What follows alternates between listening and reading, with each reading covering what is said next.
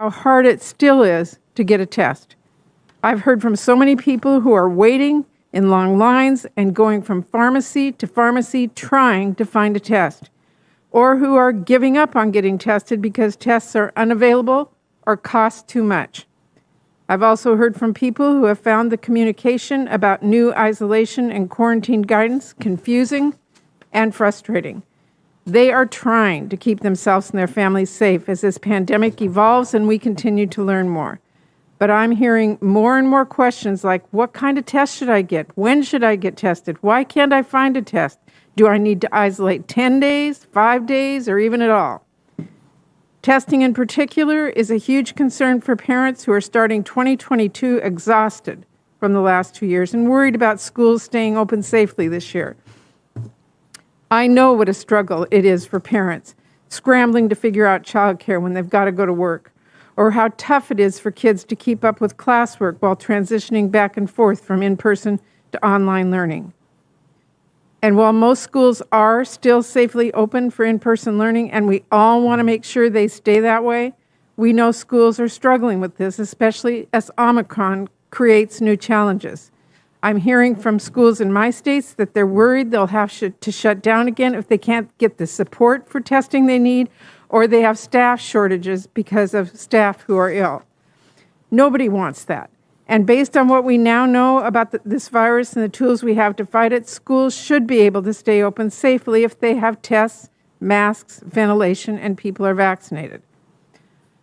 Hospital and healthcare providers are worried too. They've been stretched thin after 2 exhausting years, and now Omicron is causing the worst surge in cases and hospitalizations yet. Because while it may be less severe in most cases, especially for those who are vaccinated and boosted, it is so much more contagious, meaning we are still seeing high rates of hospitalization overall. And we also have to protect children who are too young to get vaccinated, and people with health conditions and disabilities that put them at high risk. Back in my state, hospitals are asking our state leaders to declare a crisis for our medical facilities. I've heard from healthcare providers in Washington who have been well over their staffed bed capacity for several days and are pausing non-essential procedures. Families are wondering whether they can get care for non-COVID related conditions and alarmed by how long ER wait times are getting. Healthcare providers are concerned about how we continue to keep healthcare workers safe and also address the fatigue and burnout and mental health challenges that they face. These are not new challenges. I've been raising many of these concerns since the earliest days of the pandemic. So I'm frustrated we're still behind on issues as important to families as testing and supporting schools. That's not to say we have not made progress. It's just clear we haven't made enough. But even though we aren't where we need to be yet, we are not back at the starting line when it comes to COVID-19 either. We have safe and effective vaccines for everyone ages 5 and up. We have booster shots available for those 12 and up. More and more people are getting their shots each day. The administration is also working to help get the world vaccinated to end this pandemic and has already pledged over 1 billion vaccine doses to that effort. We have new life-saving therapeutics. We have additional resources Congress passed in the American Rescue Plan, which can help increase our testing capacity, protect workers, and give schools the support they need to stay safely open.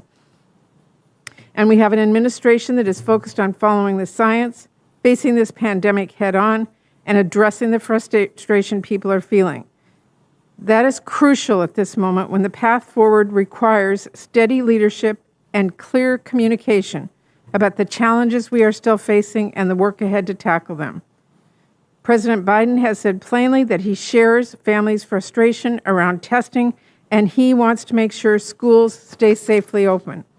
And he has announced steps to address these challenges by making 500 million tests available free of charge, ordering over 200 million courses of antivirals, expanding manufacturing to be able to make hundreds of millions of tests a month, providing schools with guidance on how to test to stay protocols which can help keep students in the classroom, standing up more testing and vaccination sites across the country, and providing medical personnel to struggling areas.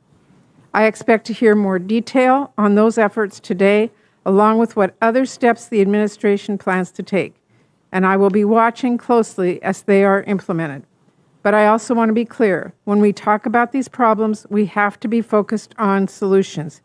You can't just say our schools must stay open if you don't vote to provide additional resources. Schools need to do so.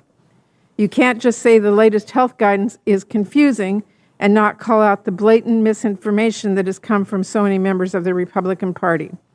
We are not going to get out of this crisis by treating each challenge as a political opportunity. We are going to get through it by being honest about what we are facing and clear about what we are going to do about it. And as we continue working to get through this pandemic, it's important we also look at what we can do to prevent future health crises. That is exactly why Senator Burr and I have been working in a bipartisan way over the last several months on legislation to learn from and improve on our pandemic response, like strengthening our supply chain for medical products, updating old and incompatible public health data systems, modernizing the process for developing tests, fighting misinformation, addressing root causes of health inequities, and more. We will be unveiling a discussion draft soon, and I look forward to working with all of our colleagues to finalize and pass this important package. In the meantime, we will continue working to address the pandemic at hand.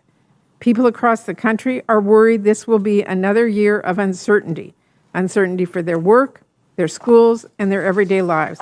But there's no reason it should be.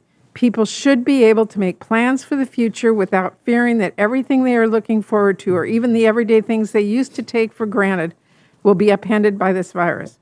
We all want that, and we have the tools we need to get us there.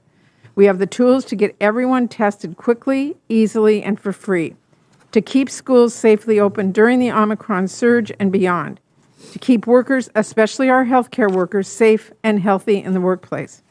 We have the tools to mitigate this virus, to protect those at high risk, like seniors or kids who are too young to get vaccinated, and people with other health conditions, to get people back to their friends and their lives, and to give families back some certainty and stability. We can do all this now thanks to the incredibly hard work on the part of healthcare providers and scientists, parents and teachers, workers, and our witnesses who are here with us today. So what I hope to hear from this administration at this hearing is, what are you doing right now to make sure every American can make use of that progress they've worked so hard for? What can my constituents expect to see improve this week and the week after? We've come a long way since the start of this pandemic, and I look forward to hearing from each of you today about what you're going to do to build on what we know, bring this virus under control, and bring certainty and stability back to families who are burnt out after 2 years of fighting this pandemic. Thank you. And with that, I will turn it over to Ranking Member Burr for his opening remarks. Madam Chairman, thank you. And before my opening statement, I hope the Chair will indulge with me for just a second, since this is a hearing on preparation. I want to help my good friend Senator Kaine as he gets ready for his weekly travels. I want to make sure that he's got an orange for his car, that he's got a Dr. Pepper, and I've provided a Lumbee blanket to make sure that these are three things you've got in your car regardless of what you run into on I-95, and I'll have my staff bring them over to you. I hope you provide those for everyone. As we used to say to our kids in the classroom, do you have a piece of gum for everyone? Well, in his particular case, I think he's the only one that makes that trip on a weekly basis. Tim, we're sorry you had to spend 27 hours, but you're now qualified to be the Secretary of Transportation if you're looking for a second job. Thank you. It's sad when a career in the Senate's most notable highlight is my long commute. But Madam Chairman, thank you for holding this hearing. To our witnesses, welcome back. Today is going to be a tough hearing, but the American people deserve accountability and transparency. I appreciate that all of you have cleared your schedules to allow multiple rounds of questions today. Next week marks 1 year of this administration. It also marks 2 years since the first COVID case was confirmed. President Biden said in his first, second, and third priorities would be bringing us out of COVID pandemic, and that his team would shut down the virus. This administration was lucky. It started off on day one with the tools to change the trajectory of COVID response. Operation Warp Speed worked with the private sector to bring us groundbreaking vaccines and treatments in record time. Although we had a very bumpy start with testing early in the pandemic, we successfully built some strong partnerships with the private sector to support the development and manufacturing of more tests. State and local leaders were rising to the challenge of testing and vaccinating their citizens. There was reason for hope. Instead, now, a full year later, here's where we are. More than 830,000 deaths caused by COVID, the majority of which occurred under this administration, despite having many tools and significant resources from Congress, including $80 billion plus for testing.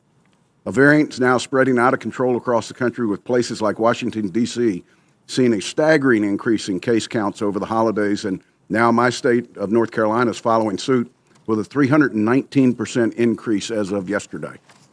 Over the holidays, when Americans were instructed to do the responsible thing and get tests before they see loved ones, there were no tests on the shelves or online, and hours-long lines were the norm at testing sites across the country. The testing situation was worse when many sought tests to safely return to work or to school. And the most vulnerable Americans who contracted the virus could not get the treatments designed to help because they were now in short supply. This administration has time and again squandered its opportunities and made worse in the decisions you've made on testing and treatment, and most crucially, in communications with the American people. The American people are right to be confused. It seems like you all don't talk amongst yourself. Some examples. Last August, the President announced that boosters would be available to all vaxxed by the week of September 20th. 3 of you here today signed that statement, but neither the FDA nor the CDC had yet approved boosters when the President made the promise. And when you went to your advisory panels with a predetermined outcome already made, those independent experts pushed back and ultimately had to be overridden to meet the President's goal on boosters. I know the data shows that boosters are necessary. I'm boosted. I want everybody to get vaccinated and boosted. The facts about the value of vaccines and boosters are crystal clear. But the way this administration rolled out boosters was a disaster. You created skepticism and mass confusion. Example 2, last summer the President dramatically announced that CDC recommendations changed so that vaccinated Americans didn't need to wear masks indoors, implying that the worst of the pandemic was behind us. Even as the Delta variant was exploding in India, only after Delta hit America did CDC begin to take it seriously, and the administration had to change course. Example 3, last week Dr. Fauci said that the CDC was going to update its guidance on quarantine. He left the American people with the impression that CDC's guidance was going to include some testing component to reduce the quarantine to 5 days. But when CDC did update its guidance, there wasn't a testing requirement. Again, I'm not questioning the science. I'm glad you refrained from testing mandates. But I'm questioning your communication strategies. It's no wonder that the American people are confused. When the President announced on December 21st that 500 million tests were going to be purchased, he left out that the contract wasn't going to be signed for weeks, and it would take even longer for those tests to materialize.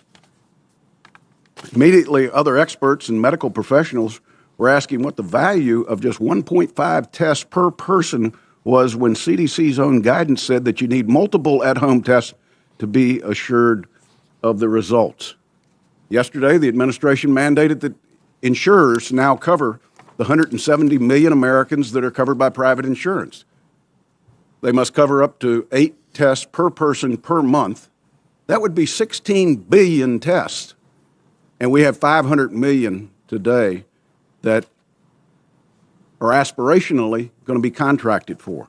It's still unclear when these tests will be available, how to get them, whether any more are on their way. But it's especially frustrating that the White House press secretary had previously mocked the very idea of doing what the President later announced. In a sarcastic and withering tone, when this was first proposed, she had 4 questions. Whether we should just send one to every American, then what happens, how much does it cost, what happens after that? Those are all good questions that remain unanswered by the administration. My final example, though there are many to choose from, happened last week too. The White House press secretary a repeat offender in poor communications, was asked about boosters. The press secretary said, and I quote, "They can get boosted now regardless of what CDC guidance is, whether you're just approved or for a booster or you've been approved for weeks," end quote. Regardless of what CDC guidance is. From the White House podium. And then I was amazed when I got home on Sunday and I had this letter from the Centers for Medicare and Medicaid Services telling me as a Medicare beneficiary that I'm eligible to get a free vaccine booster. 5 months after the president announced we're going to have boosters, this is the first communication from CMS that I've gotten as a Medicare beneficiary in the 2 years of COVID, and all of a sudden I get a request to get boosted. When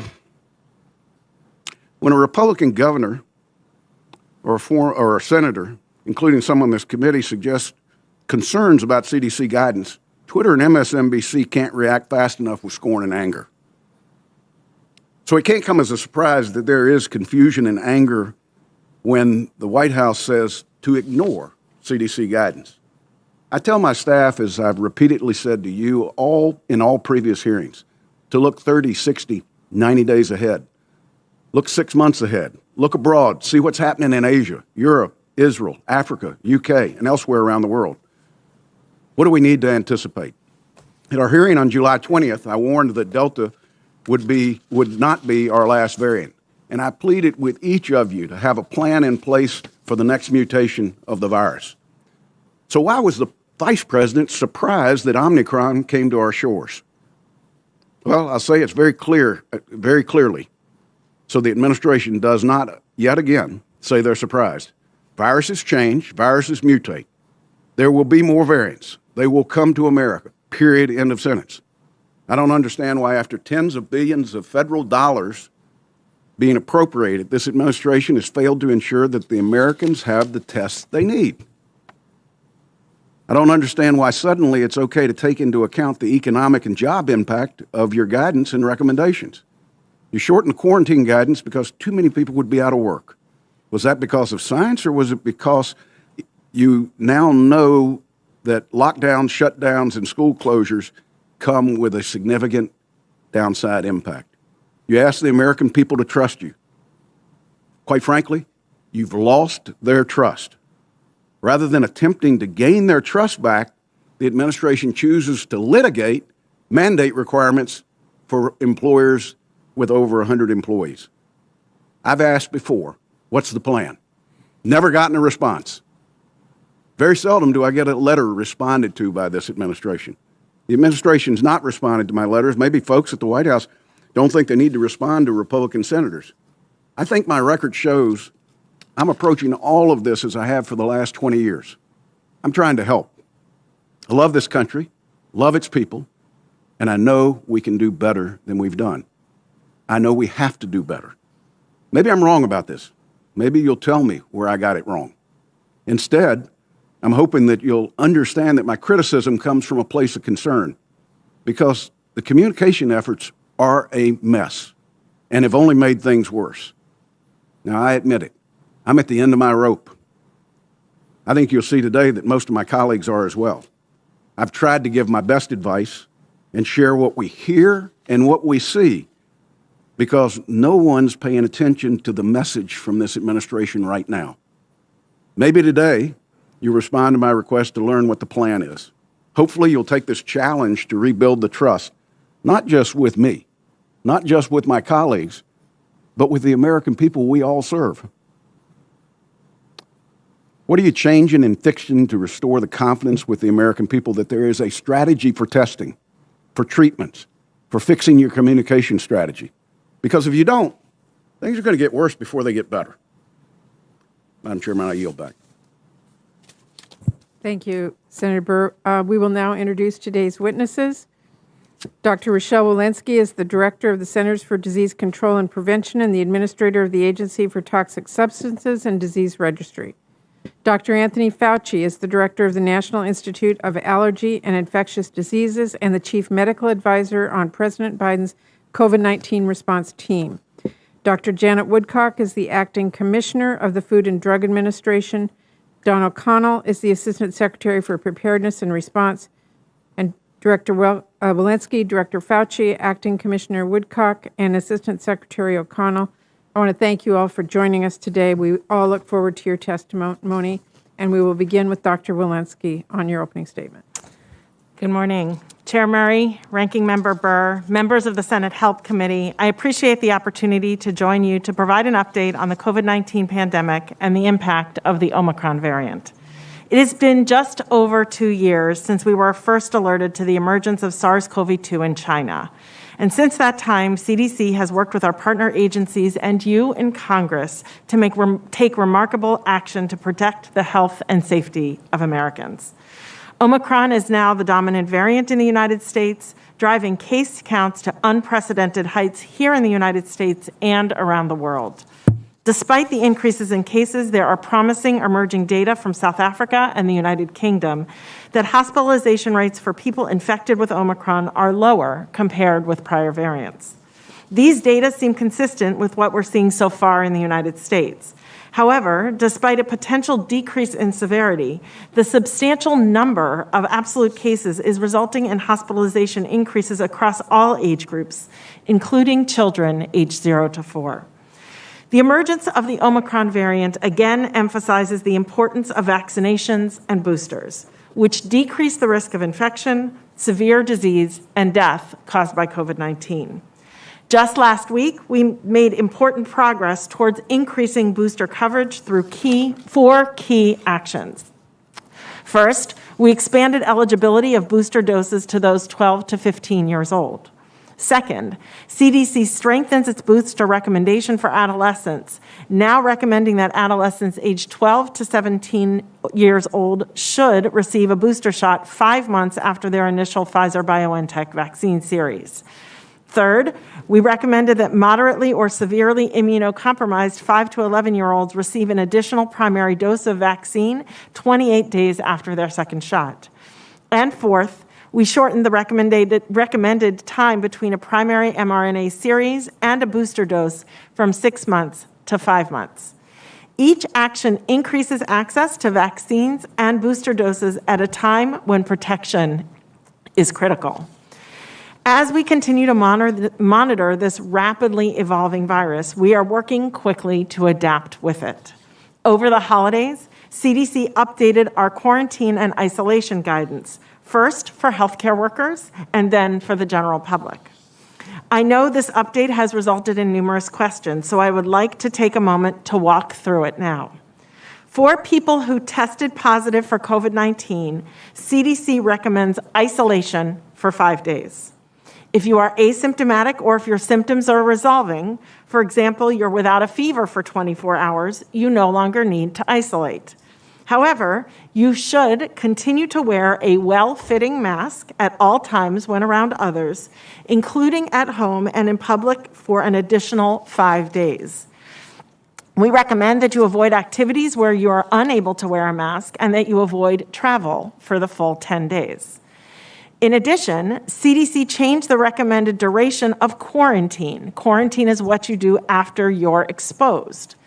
People who are not up to date on recommended COVID-19 vaccines should quarantine for 5 days if they come in contact with someone with COVID-19. People who do not develop symptoms by day 5 should get tested. If you test positive, you should begin isolation. People who test negative may end quarantine and should continue to wear a well-fitting mask when around others for an additional 5 days. These recommendations are consistent with over 100 studies collected over the past 2 years, indicating that people are most infectious during their first few days of infection and significantly less infectious 6 to 10 days after infection.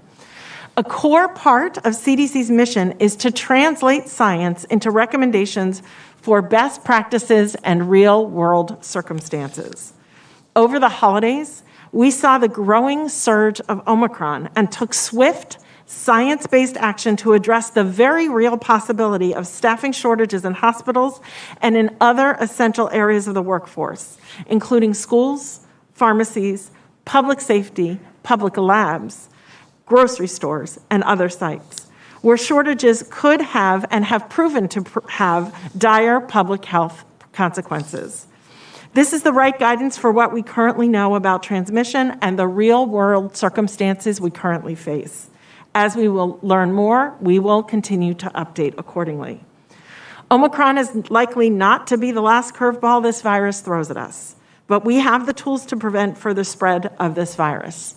This means for everyone 5 and older, please get vaccinated. For those 12 and older, get your booster shot. And please continue to adhere to the multi-layered prevention measures, including masking and, yes, washing your hands. Thank you, and I look forward to your questions. Thank you. Dr. Fauci.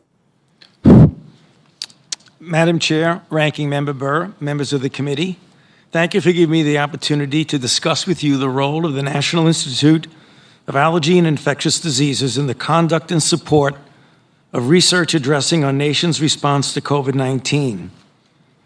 In our most recent hearing before this committee on November the 4th, I discussed the importance of booster shots to enhance immunity against the Delta variant that wanes over time. Indeed, booster shots have dramatically reconstituted the waning immunity and has increased protection over and above the original level afforded by the primary vaccine regimen.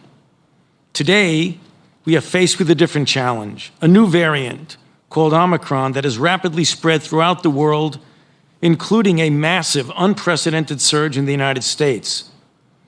This variant possesses a large number of mutations that are associated with an increased efficiency of transmission, immune evasion from certain monoclonal antibodies, convalescent plasma, and antibodies induced by our current vaccines.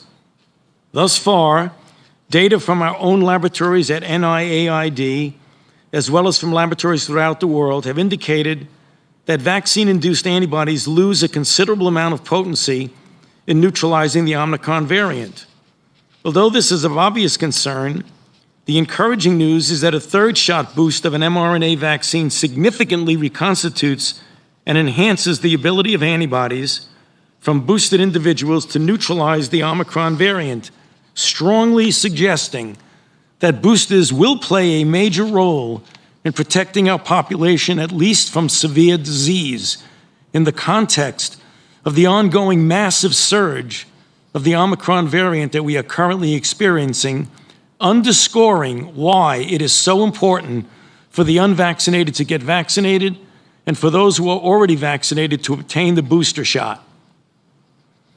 Therapies in general are an important part of our armamentarium against COVID. In this regard, the NIH has been heavily involved in the development and/or clinical testing of several effective monoclonal antibodies against SARS-CoV-2. However, we have ascertained that certain of the authorized monoclonal antibodies are negatively impacted by the Omicron variant. Direct antiviral therapies also are an extremely important tool in the fight against COVID-19. Importantly, it appears that the mutations expressed by the Omicron variant do not interfere with the oral antiviral drugs Paxlovid and Molnupiravir that NIH-funded investigators played an early role in developing and that have recently received emergency use authorization from the FDA. Nor do they appear to interfere with the FDA fully approved drug remdesivir, shown by NIH-sponsored studies to be highly effective in preventing severe disease. Looking ahead in the context of the inevitable continual emergence of new variants, the importance of developing a pan-coronavirus vaccine, namely one that would be effective against all SARS-CoV-2 variants and ultimately against all coronaviruses, becomes even more apparent. My colleagues and I recently published a paper in the New England Journal of Medicine emphasizing the urgent need for such an effort. In this regard, we have made significant progress in that direction. We have identified antibodies that neutralize multiple different coronaviruses, and in addition, NIAID has issued new awards to fund pan-coronavirus vaccines at 4 academic institutions. These awards will fund multidisciplinary collaborative teams to conduct research focused on coronavirus virology and immunology, immunogen design, and innovative vaccine and adjuvant platforms, as well as technologies to discover, design, and develop pan-coronavirus vaccine candidates. Finally, I would like to close by looking forward to how we might best enhance our preparedness for what inevitably will be the emergence of future pandemics. The NIAID will play an important role in the multi-billion-dollar all-of-government plan for pandemic preparedness. Our mission is the rapid development and implementation of successful countermeasures against several prototype pathogen families of viruses that threaten the health and safety not only of our nation, but of the entire world. Thank you for your attention, and I would be happy to answer your questions following the presentations. Thank you. Dr. Woodcock? Good morning, Chair Murray, Ranking Member Burr, and members of the committee. Thank you for the opportunity to testify. FDA's thousands of employees remain steadfast in fighting this pandemic. Our work continued during the holiday season and led to critical advancements in combating the virus. The agency has been closely monitoring the potential impact of the Omicron variant on the currently available vaccines, diagnostics, and therapeutics. I'll provide a brief update on actions the agency has taken in these three areas since I last testified before this committee. First, regarding vaccines. The currently authorized and approved vaccines remain highly effective at preventing serious outcomes associated with a COVID-19 infection, including hospitalization and death. Additionally, data evaluated by the FDA suggests that an additional booster shot following the completion of primary vaccination series provides further protection against these outcomes. Following these data, FDA updated the Pfizer, BioNTech, and Moderna vaccine EUAs to shorten the time between completion of a primary series and a booster dose to at least 5 months rather than 6 months. FDA also updated the Pfizer, BioNTech EUA, so it's now available for a primary series in children ages 5 and older, and for the use of a booster dose in all individuals 12 through 15 years of age after completion of primary vaccination, as you've already heard from Dr. Walensky, as the CDC followed up on this. The agency also authorized the Pfizer vaccine for a third primary series dose for certain immunocompromised children that are 5 through 11. These vaccines have met FDA's rigorous standards, and the bottom line is getting vaccinated or receiving a booster with one of the currently available vaccines is the best thing the public can do right now to protect themselves and those they care about. It is not too late to get vaccinated or get boosted. Second, diagnostic tests, which are another key line of defense in this pandemic. Increasing access to accurate, rapid, at-home tests continues to be a priority for FDA. Since I last testified, the agency's authorized 4 additional over-the-counter at-home tests, bringing the total number to 15. And the agency continues to prioritize the review of these type of tests. We also partnered with the NIH to establish ITAP, which streamlines validation and authorization of antigen tests with potential for large-scale manufacturing. We expect shorter review times for such EUA requests due to our partnership with ITAP. In fact, the first 2 tests that participated in this program were authorized in 2 days or less from the time FDA received the final data. So this is a very good model for government assistance of diagnostic manufacturers. In this new program, ITAP will prioritize new over-the-counter test submissions that could be manufactured at significant scale to accelerate the availability of high-quality, accurate, and reliable tests for the public as quickly as possible. Third, as new variants continue to emerge, it's crucial to expand the country's arsenals of COVID-19 therapeutics, especially for those unable to get vaccinated or who can't respond to vaccination. Since I last testified, 3 3 therapeutics have been authorized for use in the treatment of COVID-19 for emergency use. The first of these EUAs, Evusheld, was authorized for the prevention of COVID-19. The other 2 therapies, Paxlovid and Molnupiravir, as you heard from Dr. Fauci, are the first authorized treatments for COVID-19 in the form of a pill that can be taken orally, which is a major step in the fight against this global pandemic.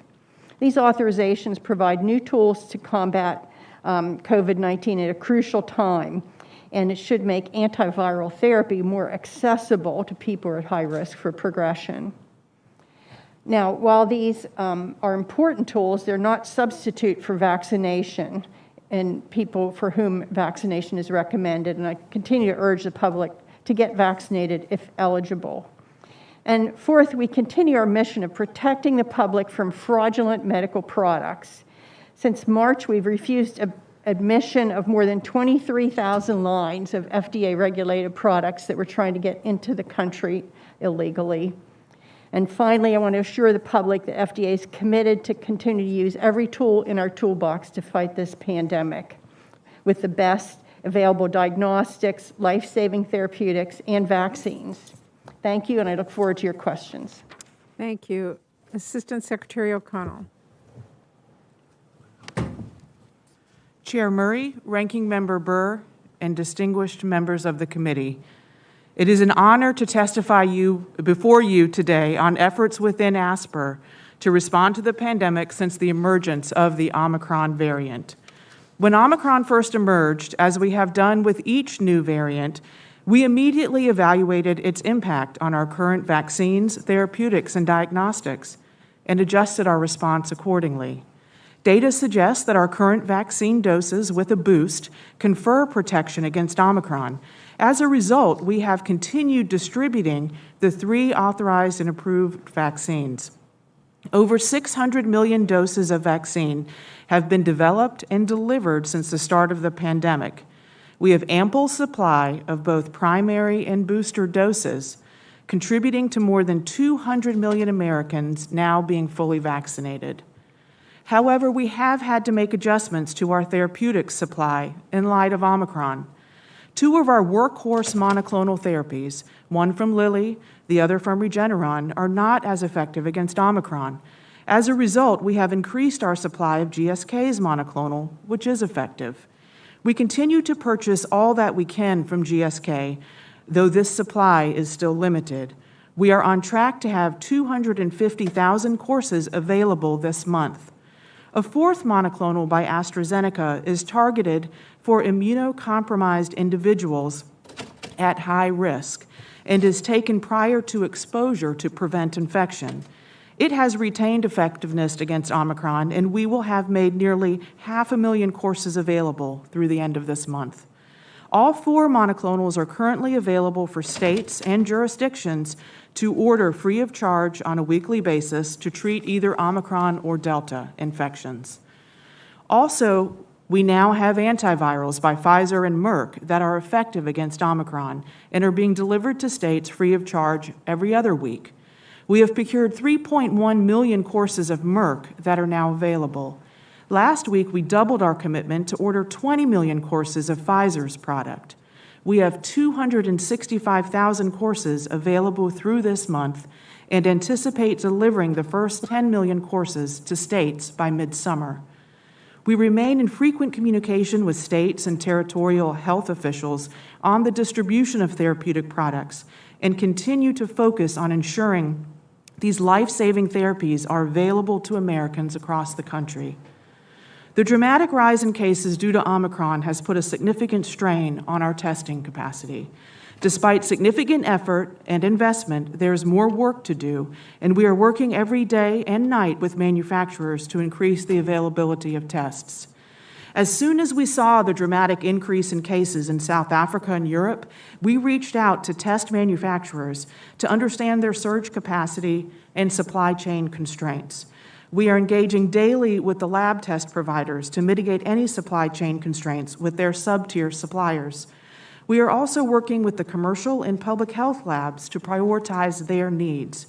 We continue to use the Defense Production Act's authorities when needed.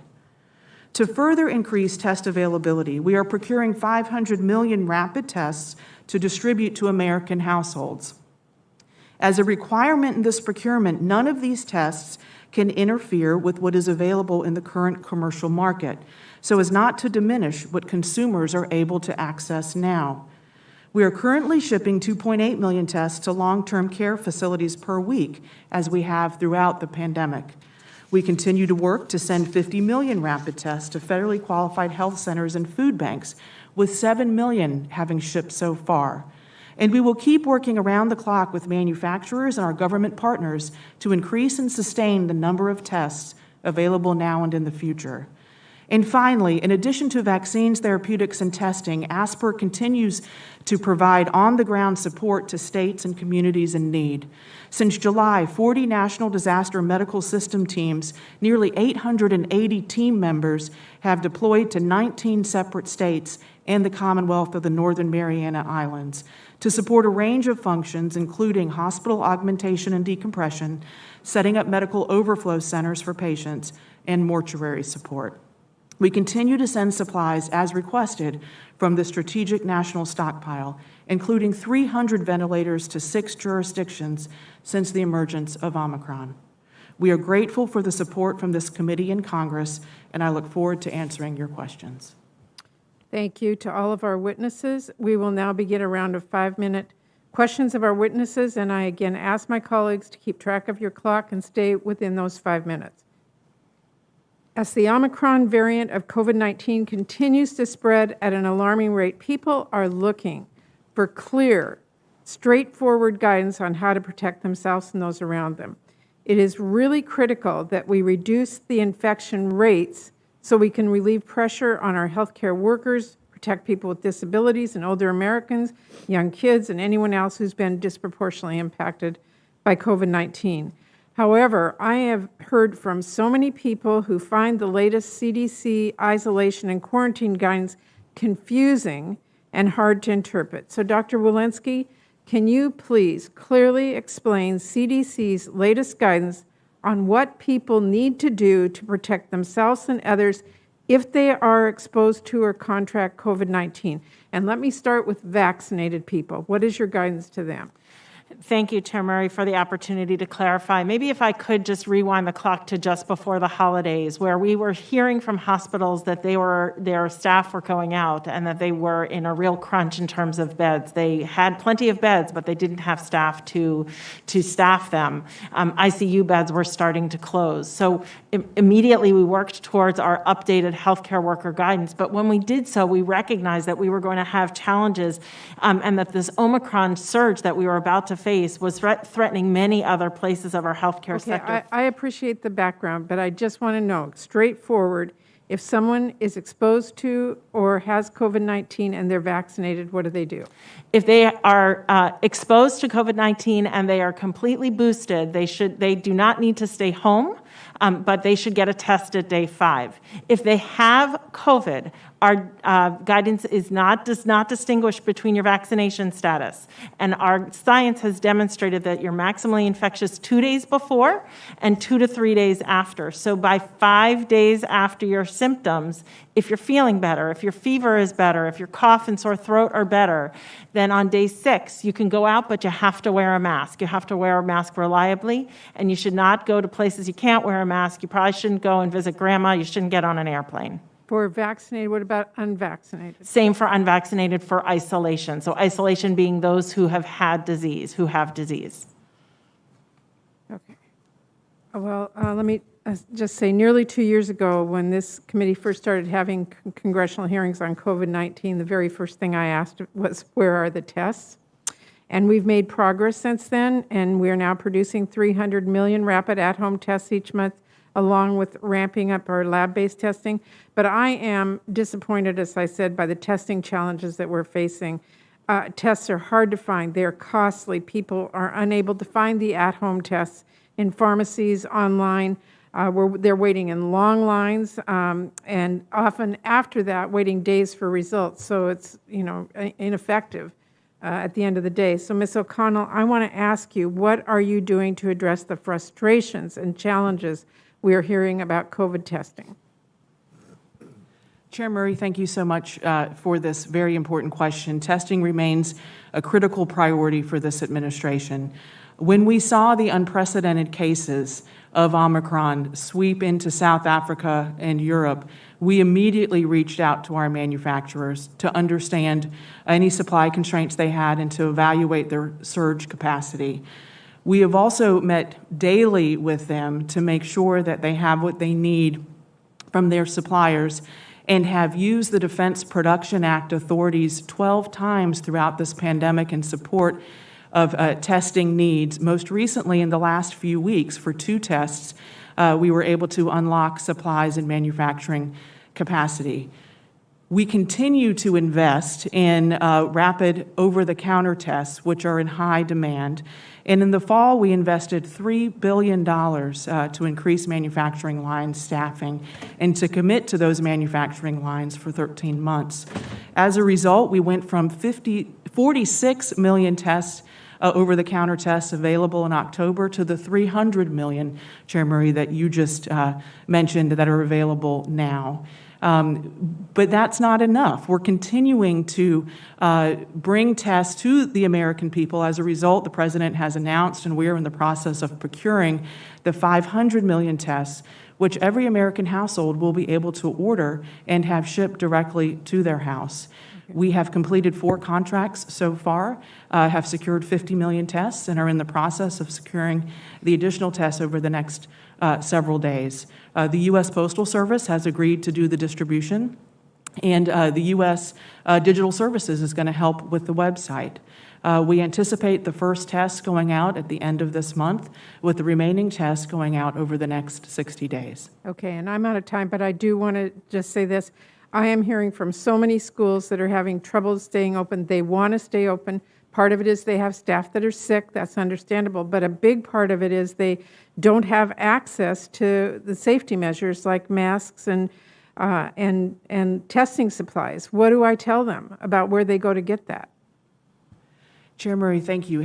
Schools having enough testing supplies to stay open is a critical priority for us. We've invested $10 billion of the American Rescue Plan given to states to support and stand up testing programs. We've also invested $650 million in a program called Operation Expanded Testing, which set up regional hubs of labs that schools could contract with to run their testing programs. But that doesn't work if there aren't tests available. So ASPR is working directly with states to match additional manufacturing capacity with states that need it. Not only that, we are in the process within ASPR of looking at our contracts to see if we have any additional capacity, and will commit to sending that capacity to the school programs. Senator Burr. Thank you, Madam Chairman. Let me just cut to the chase. Dr. Fauci, you said CDC was going to update its guidance and include antigen testing, or suggested that it would. Dr.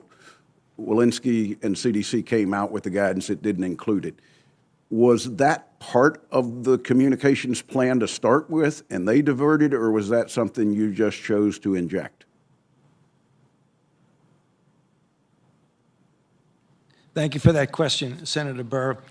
In discussions about the real gray zone, which Dr. Walensky described, about after the 5 days where you have a considerable diminution in the likelihood of being transmitting, we had been in discussions about what the role of antigen testing would be. And as a matter of fact, when Dr. Walensky came out with the final guidelines, they include that if you have a test available, you may take a test. So at the end of the day, we were quite in concordance with our views. Well, I think the chair and I share this. We found it very confusing, and I think the American people found it confusing, and I don't say it lightly when I say not too many people in America are listening to what comes out of Washington, whether it's Congress or out of the administration as it relates to COVID. So the President makes an announcement, Ms. McConnell, of 500 million at-home tests. Is this the first time that you've thought about purchasing an at-home test, or have you tried to before and it was rejected? Thank you, Ranking Member Burr. This is the first time the administration has committed to purchasing tests to send to the American households. So is that ASPR or is that DOD? Because of all the notifications of contracts signed, I've seen them from DOD. I haven't seen them from HHS. Thank you for that question, Ranking Member Burr. We have a relationship with DOD for assisted acquisitions. So ASPR will request that DOD put out a solicitation or manage a contract on our behalf. They're able to do it extraordinarily quickly. And we've had an MOU in place with DOD for this work that will run through June 2023. We've used this relationship to purchase vaccines and therapeutics, and we're now using it for testing. So the best I can find, you mentioned 50 million doses having been contracted. I can identify 27 million out of two companies, Media and Atlantic Trading. Neither one of them are manufacturers of tests, and I believe the third one, Revival, is not a manufacturer of tests. Media actually came to fame was importation of vodka and tying cell phones to vodka. And like a lot of other companies, they got in the PPE business in 2020 with some nominal FEMA contracts. Why should we have any confidence in these contracts if, in fact, we're dealing with companies that don't manufacture anything? And can you assure me that the tests that are coming in are not coming from China?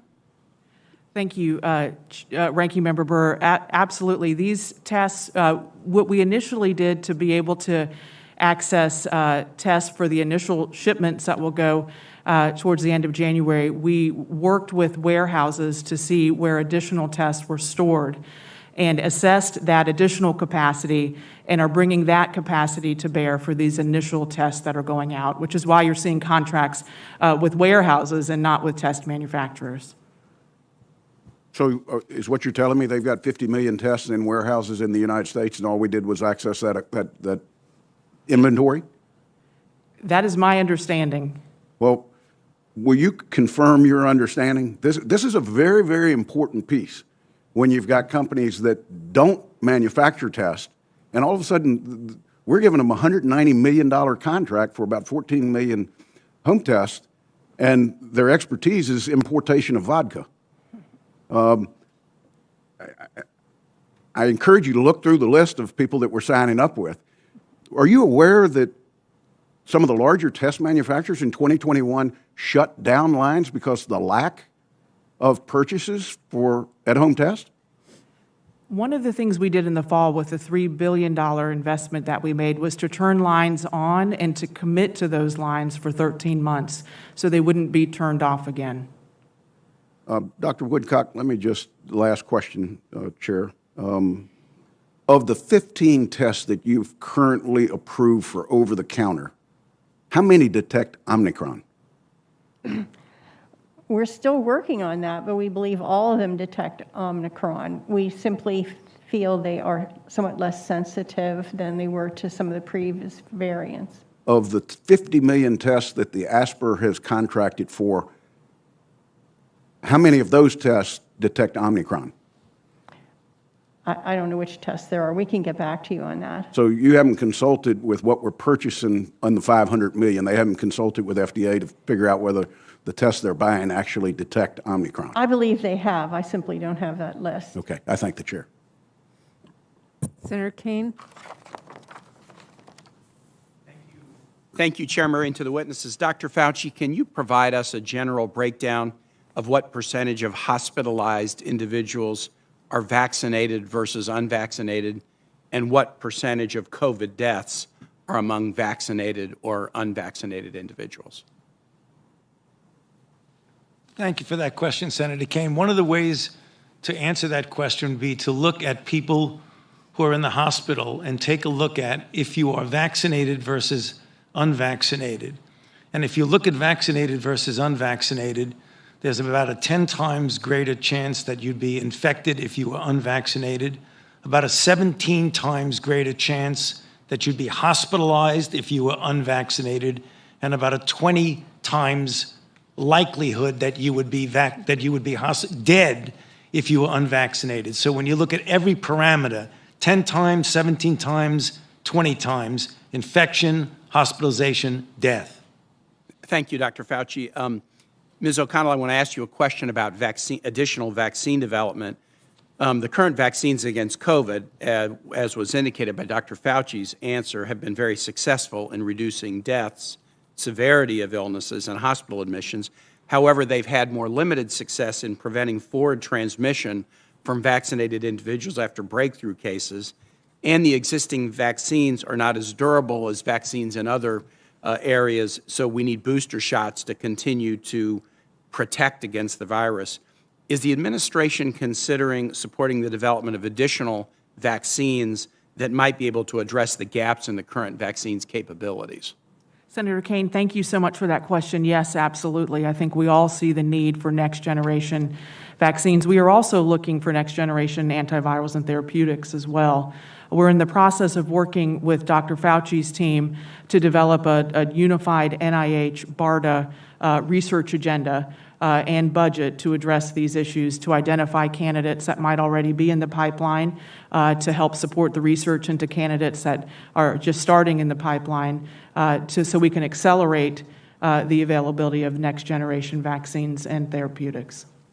Thank you for that. I'd like to ask you a question about access to testing, and in particular, what is the CDC doing to make sure that testing capacity is robust in rural America and also among community health centers in disadvantaged parts of the country?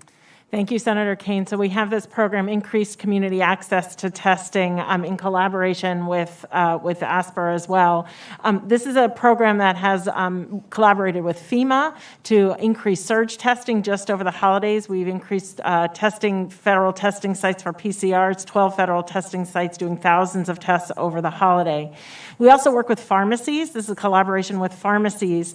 And in that stead, we are able to map where the pharmacies are and their social vulnerability index, and we can actually put PCR tests in areas of high social vulnerability index through all of our pharmacy partners, CVS, Walgreens, Rite Aid, and whatnot. And then we actually put tests in our community centers as well. So really a broad stretch in order to be able to get access to testing, especially among those most vulnerable. And then, of course, as Asper O'Connell mentioned, $10 billion for testing supplies to our schools, and working closely with our schools in peer-to-peer support, in technical support to allow those tests to be used well in those school settings. Thank you. Thank you for that answer. And Dr. Fauci, one more question for you. I ask a version of this question every time we have this panel before us. What is the NIH doing right now, or what's the current status of NIH research to better understand long COVID, to look at symptoms and potential treatments? There are several levels of activity going on. Some news since we spoke last. I had mentioned to you, Senator, that in fact there was a $1.15 billion program for studying long COVID that is now developing cohorts to look at various incidences, prevalences, pathogenesis, and potential interventions. There have been a number of awards that have been given. Most recently in September, there was an additional $470 million funding supported through the American Rescue Plan, engaging about 100 researchers from 30 institutions to get individuals together. One of the things that's really interesting that we're seeing right now is that when you look at individuals who have these symptoms that go on, as you know and have experienced yourself, for a considerable period of time, a recent study that is in the preprint stage, so it hasn't been peer-reviewed, has some very interesting information that needs to be validated and verified. It was an autopsy study in people who had varying levels of COVID, from relatively mildly symptomatic to moderately symptomatic to individuals who actually died. And when they looked at the spread of what was not necessarily replication-competent virus, but was PCR-able virus, which means you could have nucleotides that were there. There seems to be a persistence in multiple organ systems, indicating that even if you clear the virus, one of the possibilities, and I have to emphasize possibility because it needs to be validated, is that you don't completely clear the fragments of the virus and you have continual stimulation, not that you're infectious or that you're going to infect anybody else, but that it is still generating perhaps an aberrant response in your immune system. I underscore again, it's preliminary, it's in the preprint stage, and it needs to be peer-reviewed. But that's some of the information we're starting to gather. Thank you very much for that answer. Thank you, Chair Murray. Senator Paul. Dr. Fauci, the idea that a government official like yourself would claim unilaterally to represent science, that any criticism of you would be considered a criticism of science itself, is quite dangerous. Central planning, whether it be of the economy or of science, is risky because of the fallibility of the planner. It would not be so catastrophic if the planner were simply one physician in Peoria. Then the mistakes would only affect that physician's patients, the people who chose that physician.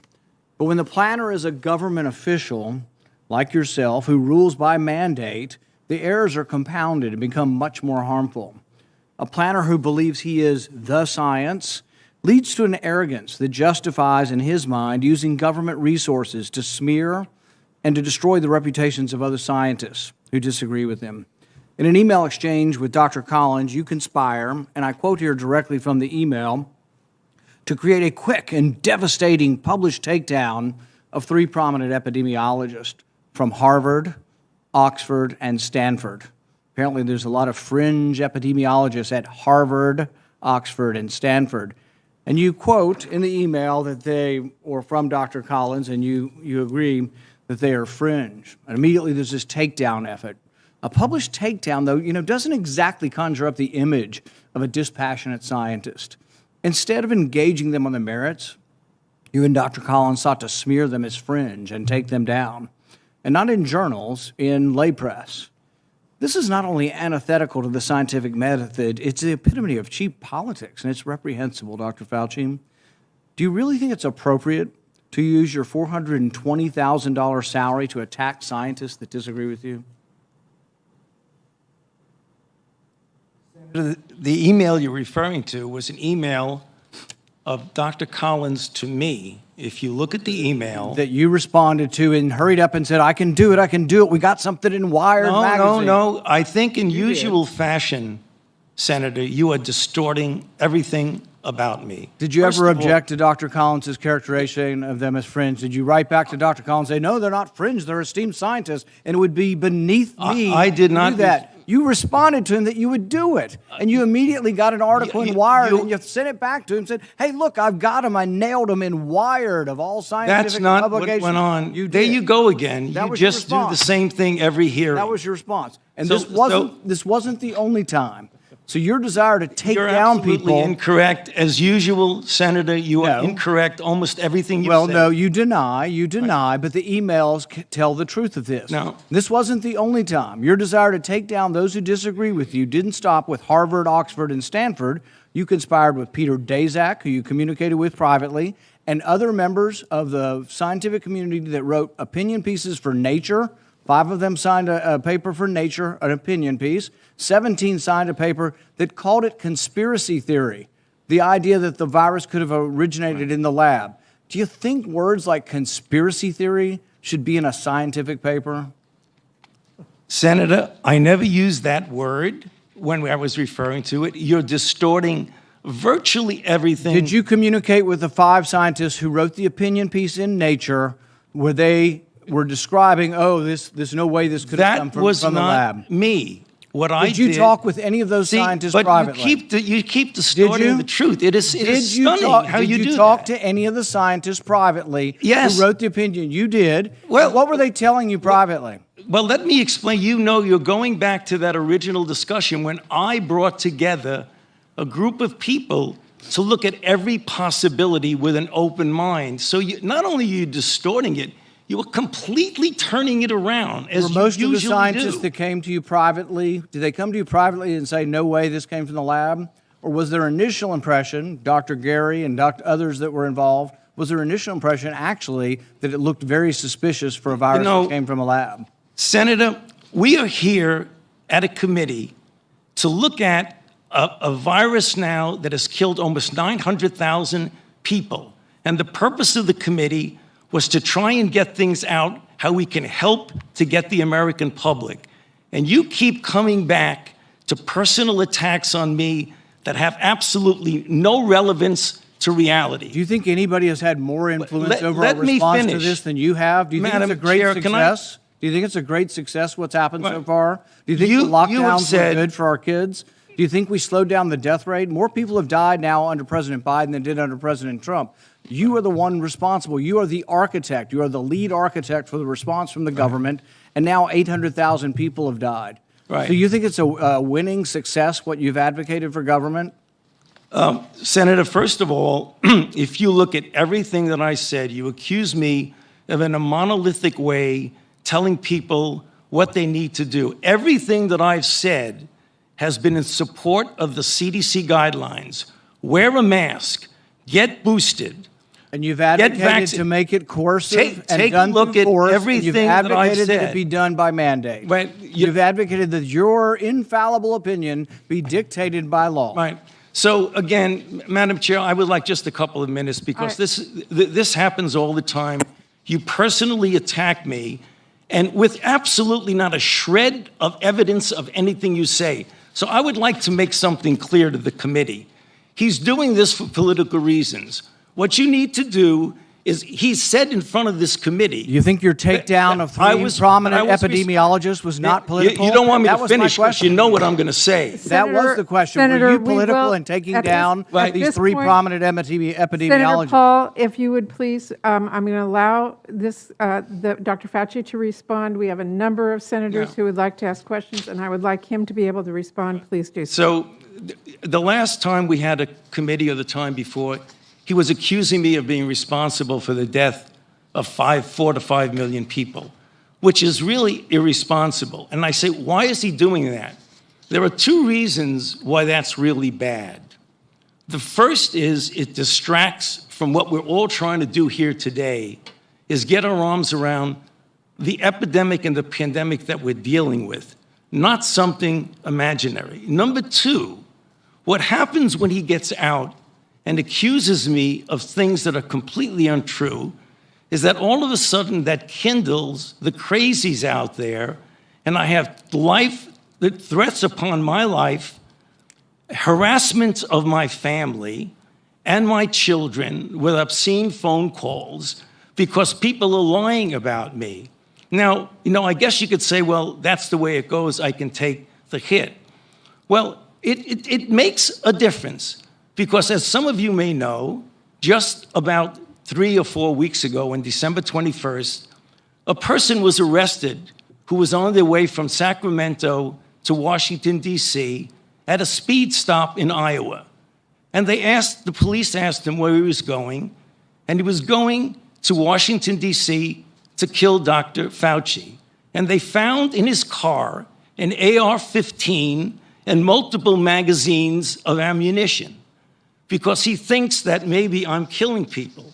So I ask myself, why would Senator want to do this?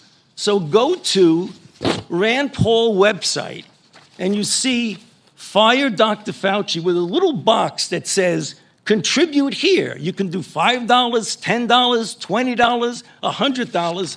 So you are making a catastrophic epidemic for your political gain. So you have politically attacked your colleagues and in a politically reprehensible way, you attack their reputations. Okay, you won't defend it. You won't argue it. You'll just simply turn around the attack. We're going to continue this hearing. We have a number of questions from other senators. One more minute, please. Well, Dr. Fauci, I really appreciate your response, but we do have a number of questions from senators, and we do have a second round, and I'm being asked to make sure that everybody has their time. So thank you. Thank you very much for allowing me, Madam Chair. Okay. We will move to Senator Murphy. Thank you, Madam Chair. Dr. Fauci, thank you. Thank you, first of all, for what you do. You shouldn't have to put your life at risk. You shouldn't have to put your family's life at risk to simply stand up and do your job to try to protect my constituents from a pandemic disease. And thank you for calling out this agenda for what it is, an attempt to score political points, to build a political power base around the denial of science and around personal attacks on you and your family. On social media, I follow many of President Trump's advisors and family members, and they make a sport out of attacking you personally in some of the most vicious, hateful, ugly ways that are possible. And they do it because it gets clicks. They don't do it because they're legitimately engaged in an honest debate about the science surrounding COVID. Those people attack you because it gains them political followers. And so I appreciate the fact that you're willing to stand up for yourself and for your colleagues who have been dragged into the political muck, not because those that follow President Trump are interested in an honest, science-based debate about how to attack COVID, but because they see political opportunity. So thank you, Dr. Fauci, for your work, for the panel's work, and for sticking up for yourself, which is not always easy. Dr. Walensky, I want to take my time to just do a little bit of an update on best practices for schools. I know we talk about this a lot here, but part of what I think is frustrating for a lot of parents is that the guidance they're getting from their schools changes. And I get it. Educators are sort of adjusting as the variant changes, as technology changes. But what has changed since the last time? Has anything changed since the last time you were here about what you are recommending for schools to stay open? I appreciate what you said in the last hearing, is that schools should be the first places to open and the last places to close. Man, as the parent of two public school kids, I couldn't agree more. The trauma on these kids during this pandemic has been significant, and the data tells us that especially for poorer kids and kids of color, distance learning just doesn't work. So I'm grateful that I've got a governor who's gone to extraordinary lengths to make sure that the federal dollars are used to keep schools open. But anything new that you can share with us about what you're recommending for schools to stay open for the rest of the year? Thank you, Senator Murphy. And in fact, you took the words right out of my mouth. Schools should be the first places to open and the last places to close. We had a Delta surge in the fall, and 99% of our schools were safely opened. And one of the things that's majorly different between September of 2021 and today is we have pediatric vaccinations. We have vaccines that are available for every child over the age of 5, and the children who are in the hospital now are largely those who are unvaccinated. So first and foremost, one of the most important things that's changed is we should be getting our children and our teenagers vaccinated. And if our teenagers are eligible, we have boosters available for our teenagers as well. So we saw through the Delta surge that we were able to keep our children safely in school before we had vaccines. So now today, what do we have for our children? We have vaccines, of course, that we can use. We have school testing programs. We have new science that demonstrates test to stay. This is where a child might be exposed in the classroom, but if they're exposed, they don't have to stay home in quarantine. They can test every other day or twice a week and stay in the classroom safely. And what that has demonstrated is hundreds of thousands of person days of children in school rather than at home. We have new science that has demonstrated the value of masking, 3.5 times increased risk of school outbreaks if you're unmasked in schools versus if you're masking in schools. And just this week, we updated our K-12 guidance so that it is consistent with our isolation and quarantine guidance for the general public so that people can come back to school after isolation after 5 days. Thank you, Dr. Walensky, for that and for your commitment to keeping our schools open. Final quick question for you, Ms. O'Connell. Talking about in-home tests, obviously a lot of focus on in-home tests today, but these are antigen tests. There's some interesting research going on about the ability to make PCR tests available at home, and there's companies all over the country, including one in Connecticut, that believe that with some additional investment to bring those tests to scale, we could get PCR tests into families' hands at home for a cost that is at or below what we're currently charging or companies are currently charging for antigen tests. Is that a possibility? Senator Murphy, thank you. We share your interest, of course, in seeing as many tests available for the American people as quickly as possible. and at BARDA have worked very closely with several of the manufacturers that you mentioned for these at-home PCR tests.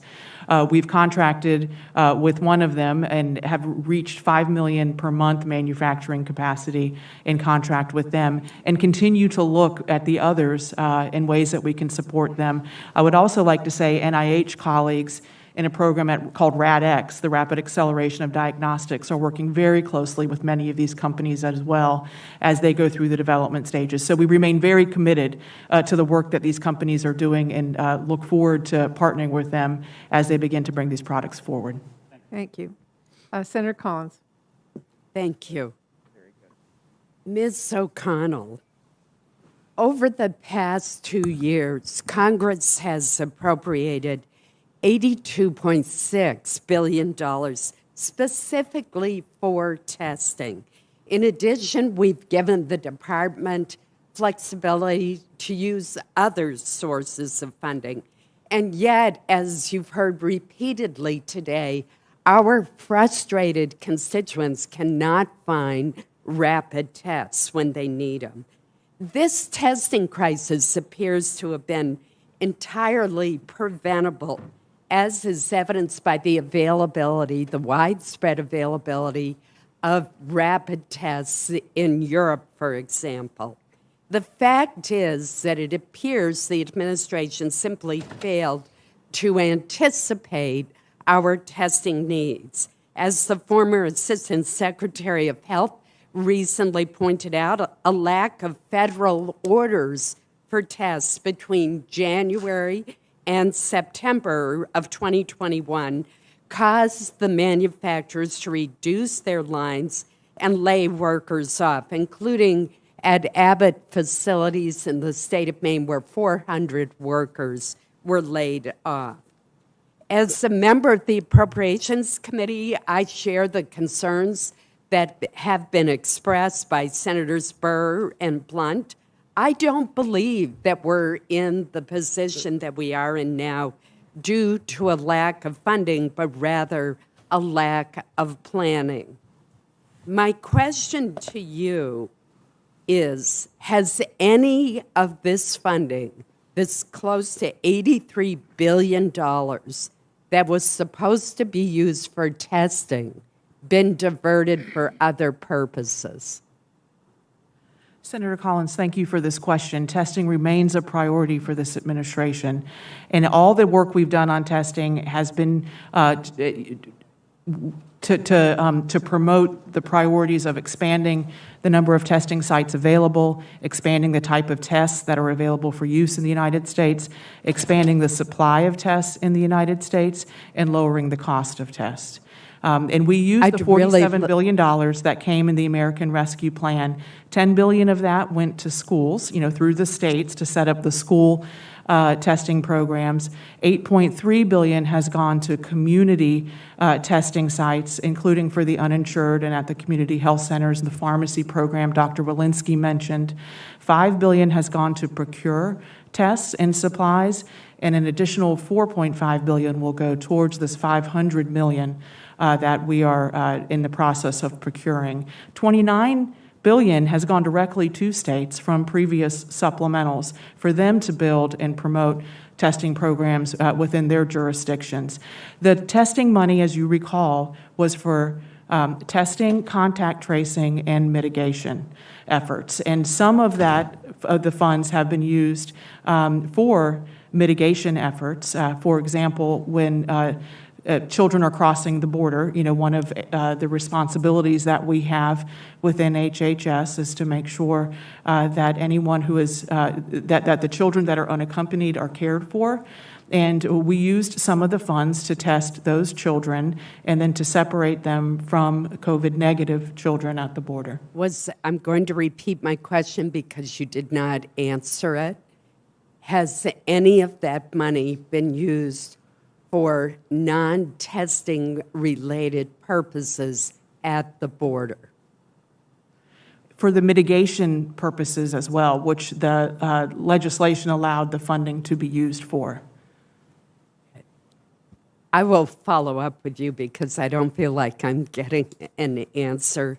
Dr. Fauci, Just last week, the president once again said that COVID-19 is a pandemic of the unvaccinated. And let me make very clear that I've encouraged vaccinations. I believe in them. But contradicting the president's statement, in Maine, our largest health system reported that absences of vaccinated staff caused by COVID-19 last week was at the highest point since vaccines became available. It's increased by fourfold. Does the message that COVID is a pandemic of the unvaccinated still hold true with the emergence of Omicron? And do you agree with the New York Times, which has twice reported that while the COVID vaccine is critical in preventing hospitalizations and death, it is less effective against the Omicron variant? Thank you for that question, Senator. Yes, indeed, there's no doubt that the Omicron variant, when you look at the protection against symptomatic disease and asymptomatic infection, dramatically goes down to about 30%. What maintains itself, it goes up to about 70, it's about 70% against severe disease. When you boost, what happens is you get a rather significant reconstitution of the protection, particularly against hospitalization. So if you were to say that Omicron, or even COVID-19 as it is really a pandemic when you're talking about pandemic that causes serious disease, there's no doubt that there's an extraordinary divergence of risk between a vaccinated and an unvaccinated person. In response to the question just a bit ago, when I said that if you look at vaccinated versus unvaccinated, there's a 17 times greater chance of being hospitalized and a 20 times greater chance of dying if you are unvaccinated versus vaccinated. Thank you. Senator Hassan? Thank you, Madam Chair. And Ranking Member Byrne, thank you to all of our witnesses for being here today and for your ongoing work. I deeply appreciate it. Dr. Fauci, I want to start with a couple of questions for you. We need to make sure that individuals who become seriously ill with COVID-19 can receive treatment and that doctors have clear guidelines on the effectiveness of each treatment for the latest variant. And you touched on this in your opening statement, but I would like you to just expand a little bit on this. In light of Omicron, how is the administration evaluating new COVID-19 treatments and monitoring the effectiveness of existing treatments? Thank you for that question, Senator. There are a number of studies that have been conducted and that are being conducted right now, and they have to do with studies that are NIH-sponsored, one of which is the Adaptive COVID-19 Treatment Trials, or ACT, ACTT, which in fact have been from the very beginning, as early as February of 2020, was the basis for the FDA approval of the antiviral remdesivir. Other of those studies, particularly those on monoclonal antibodies, showed several of them in the clinical trials to be effective at first against Delta. We know now that a couple of them, except for one, has now lost some of its effectiveness. There's another group of studies called ACTIVE, and there are 6 of those, and that stands for Accelerating COVID-19 Therapeutic Interventions and Vaccines, and the whole gamut of oral, IV, monoclonal antibodies, direct antivirals. And as I mentioned in my opening statement, antivirals like Paxlovid and Molnupiravir, the original research had been done in the early trials by the NIH. But importantly, in direct answer to how we know what to use, the the NIH has put together a guidelines panel made up of 48 highly qualified clinicians and individuals with experience in COVID-19 to give a prioritization of what you do if you're infected and with advanced disease in the hospital, as well as what you do as an outpatient. And they're fairly clearly delineated in the guidelines, which is easily accessible by just going to the NIH website and going to nih.gov and then guidelines panel. And people can get a good idea, clinicians throughout the country and the world, of how to use these antivirals. Thank you. Thank you. I want to follow up. I am grateful that the administration heeded my call to send FEMA teams to New Hampshire to help administer COVID-19 treatments. However, the teams were delayed in arriving and are scheduled to stay only for a short period of time. So, Dr. Fauci, what additional personnel and support is the administration planning to provide to New Hampshire and other states to help treat COVID-19 patients in the most effective way possible? Well, there are several things. Perhaps Assistant Secretary O'Connell can answer, but I can start off by saying that there are surge teams right now, at least 60 surge teams, that have been deployed to help those areas that have difficulty because of the surge and the fewer volume of cases to be able to handle them with regard to everything from hospitalizations to treatment and other implementations. And I appreciate that Assistant Secretary O'Connell is in a good position to follow up, and I would like to follow up after the hearing. But I did want to ask one other question to Dr. Walensky. We've long had problems with accurate state vaccination data in New Hampshire. It's come to light that the CDC's data on New Hampshire's vaccination rates is also inaccurate. Apparently, the CDC can't consistently distinguish in its data between first doses of the vaccine and boosters. And as a result, the agency incorrectly records boosters as first doses, artificially raising the vaccination rate. The CDC's data is inaccurate for other states as well. We've been looking at this for other states too. So what steps is the CDC taking to resolve these data inaccuracies? And when will the CDC have accurate data for New Hampshire? Thank you, Senator. This is a really important question. So CDC is the compiler of the data, and we rely on the state immunization services to provide CDC the data at the state level. Now, among the challenges with these accuracies is that if people don't bring in their card, they are counted as a first dose when, in fact, their card would have been a third dose. And we rely on the states to work to reconcile any differences if a person put in a middle initial on one card but not on another.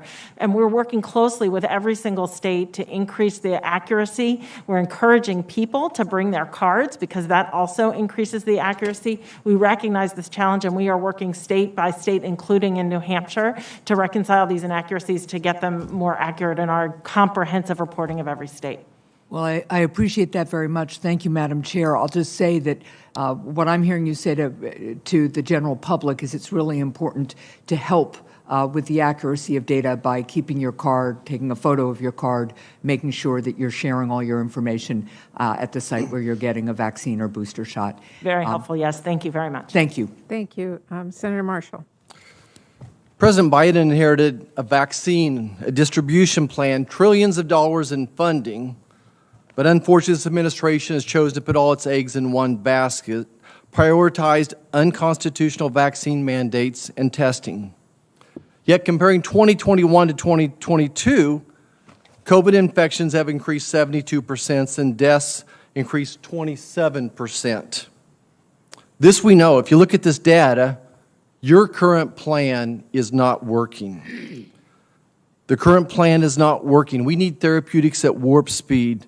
Ms. O'Connell, who is responsible for this failure? Senator Marshall, thank you for that question. We are making 6 therapies available to the American people free of charge. Who's responsible for the failure? Senator Marshall, we continue to make therapies available at warp speed to the American people. The Biden administration has allocated over $80 billion for testing and only $15 billion on therapeutics. It's obvious that your plan has failed. We can't keep throwing good money after bad money. This is insanity. We have to admit our mistakes and go a different direction. Ms. McConnell, would you commit to an Operation Warp Speed for therapeutics? Senator Marshall, thank you. Therapeutics are part of Operation Warp Speed, and that's how we have the 6 therapies that we're currently making available to states free of charge. They'll be available after Delta is already been come and gone, and also after, of course, Omicron will be said and done as well. Dr. Fauci, 59% of Americans and 81% of Republicans do not have a favorable opinion of you. Frankly, honestly, you've lost your reputation. The American people don't trust the words coming out of your mouth. Every day you appear on TV, you do more damage than good when it comes to educating the public on COVID.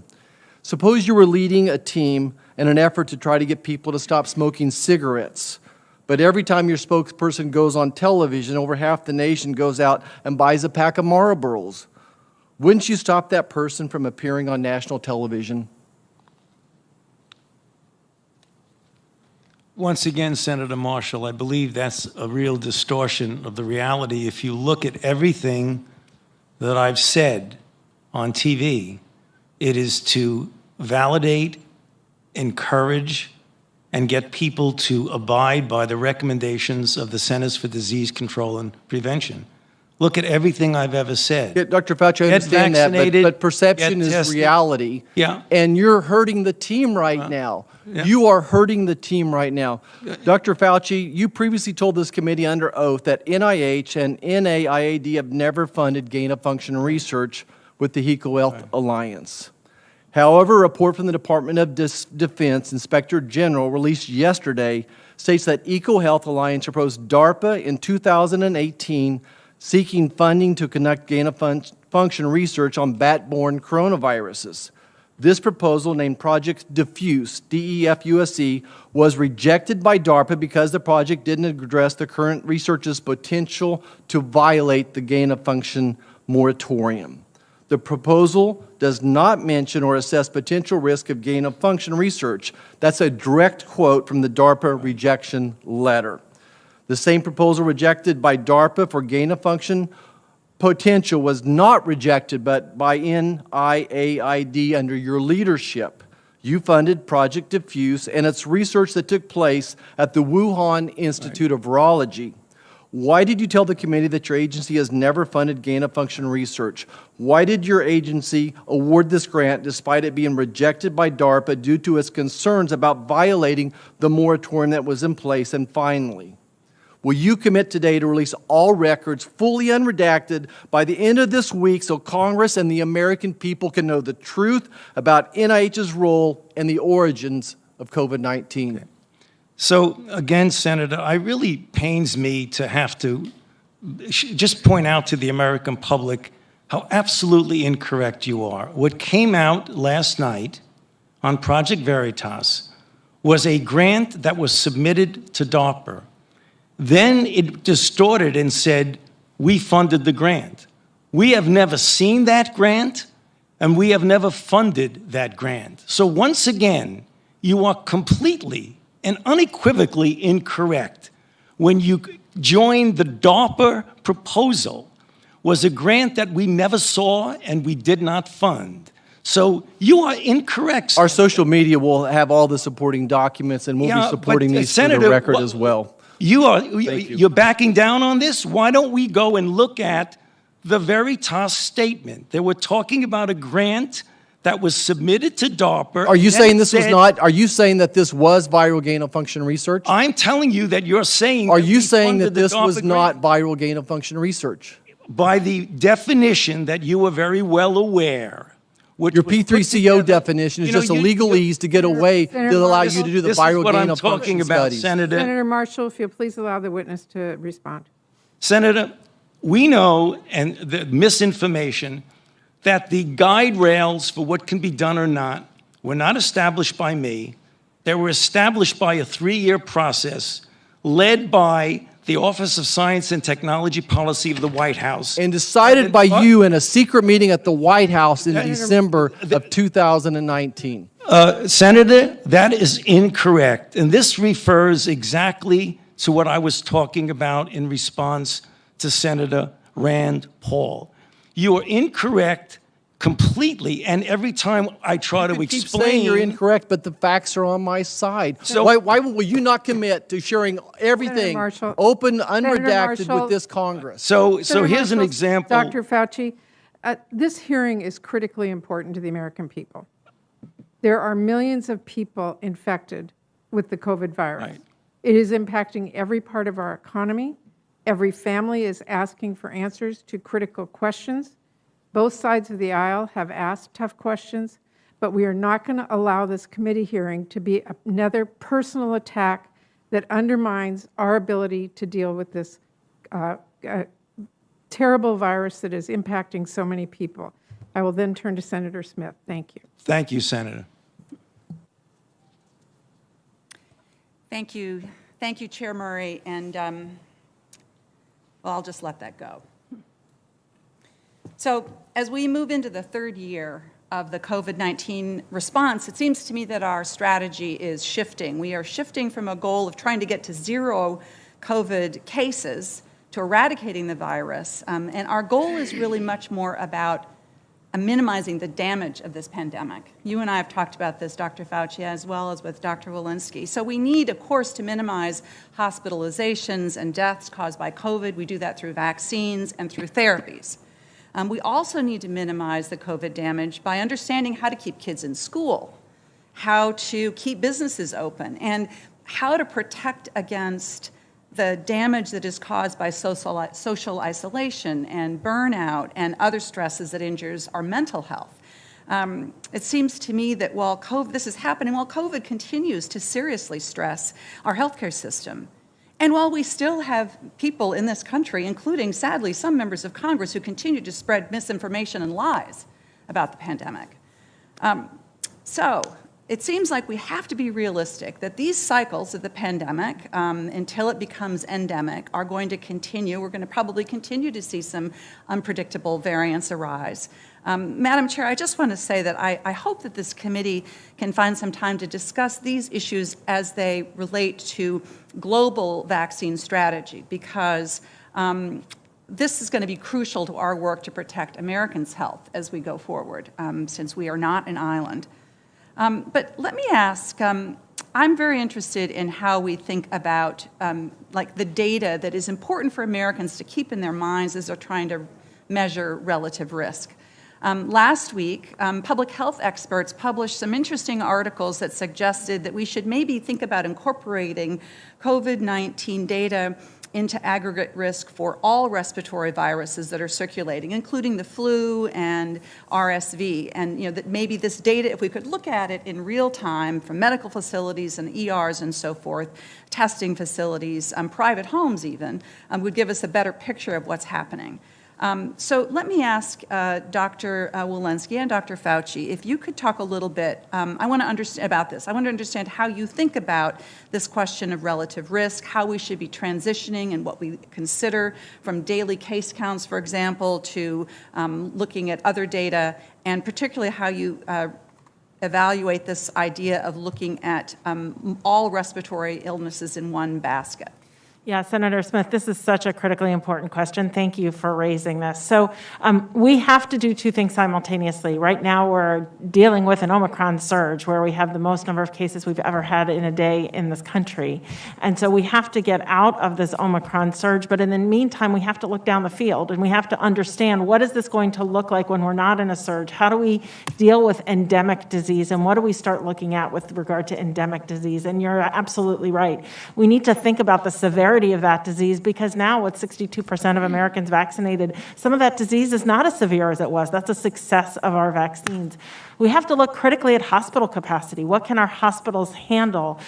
Because if people are coming in with COVID, or if hospital staff are out with COVID, that's a really important measure that we're going to look at.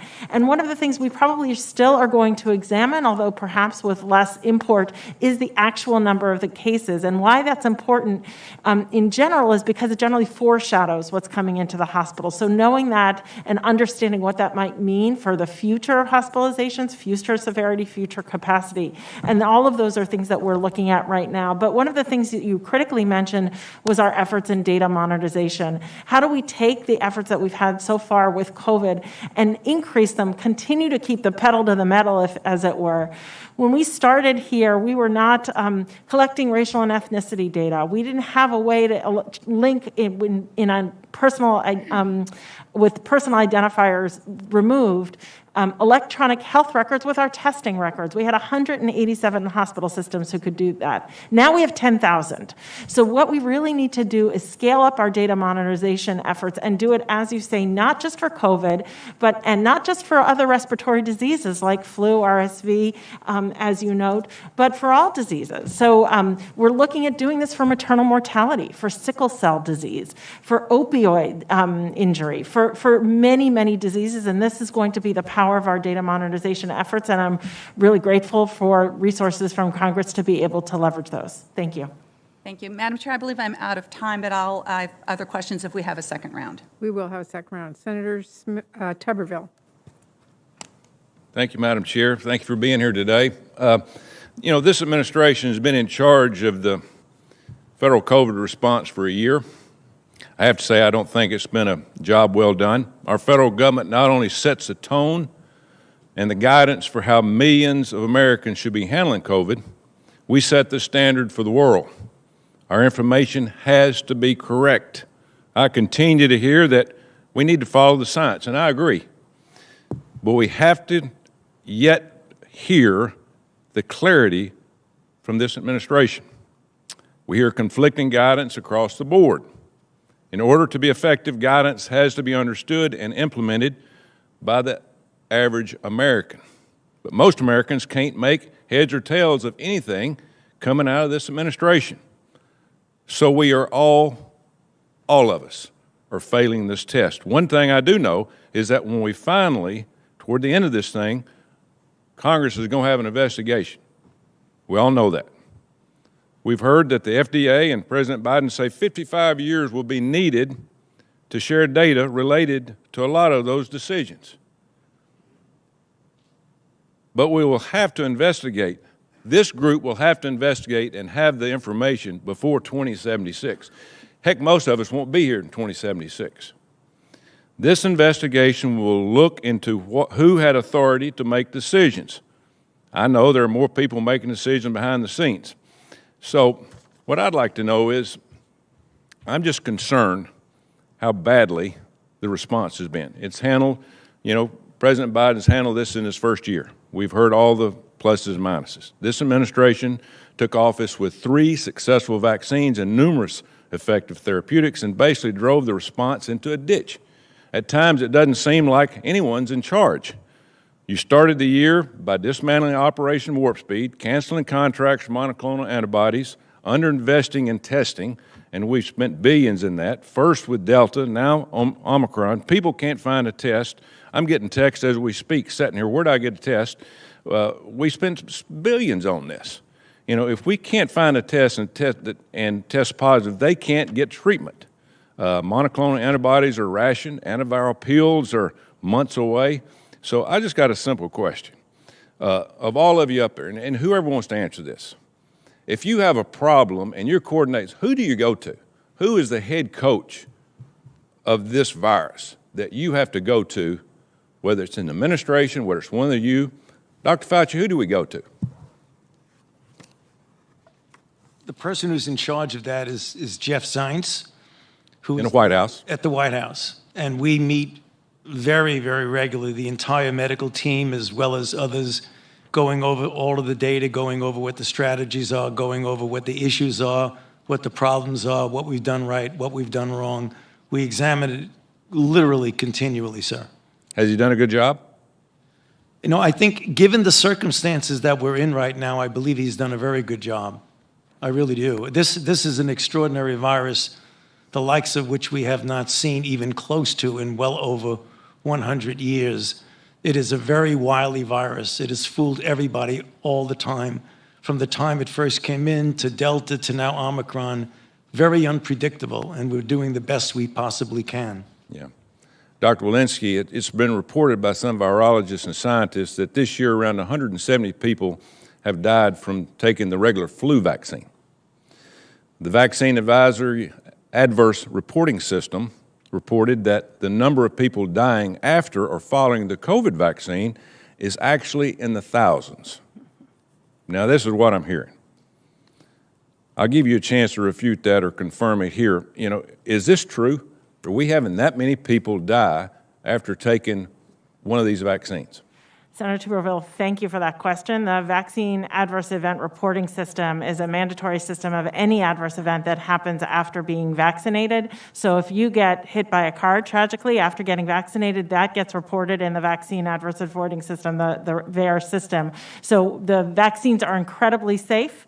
They protect us against Omicron. They protect us against Delta. They protect us against COVID. They don't protect us against every other form of mortality out there. Do we keep numbers of people that died following taking a COVID test from taking this vaccine? Do we have any idea?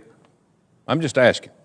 I'm sorry, those who have died after taking a COVID test? Died following taking the vaccine. Is there any number count? Do we keep records on that died of just from? Absolutely, yes. I couldn't give you the absolute number off the top of my head, but our staff could absolutely get back in touch with you. We collect those data. You know, Dr. Fauci, you have any clue on that? About how many died after? 100? I don't know the number, but I think it's really important for people. You can turn on your Microphone. I'm sorry.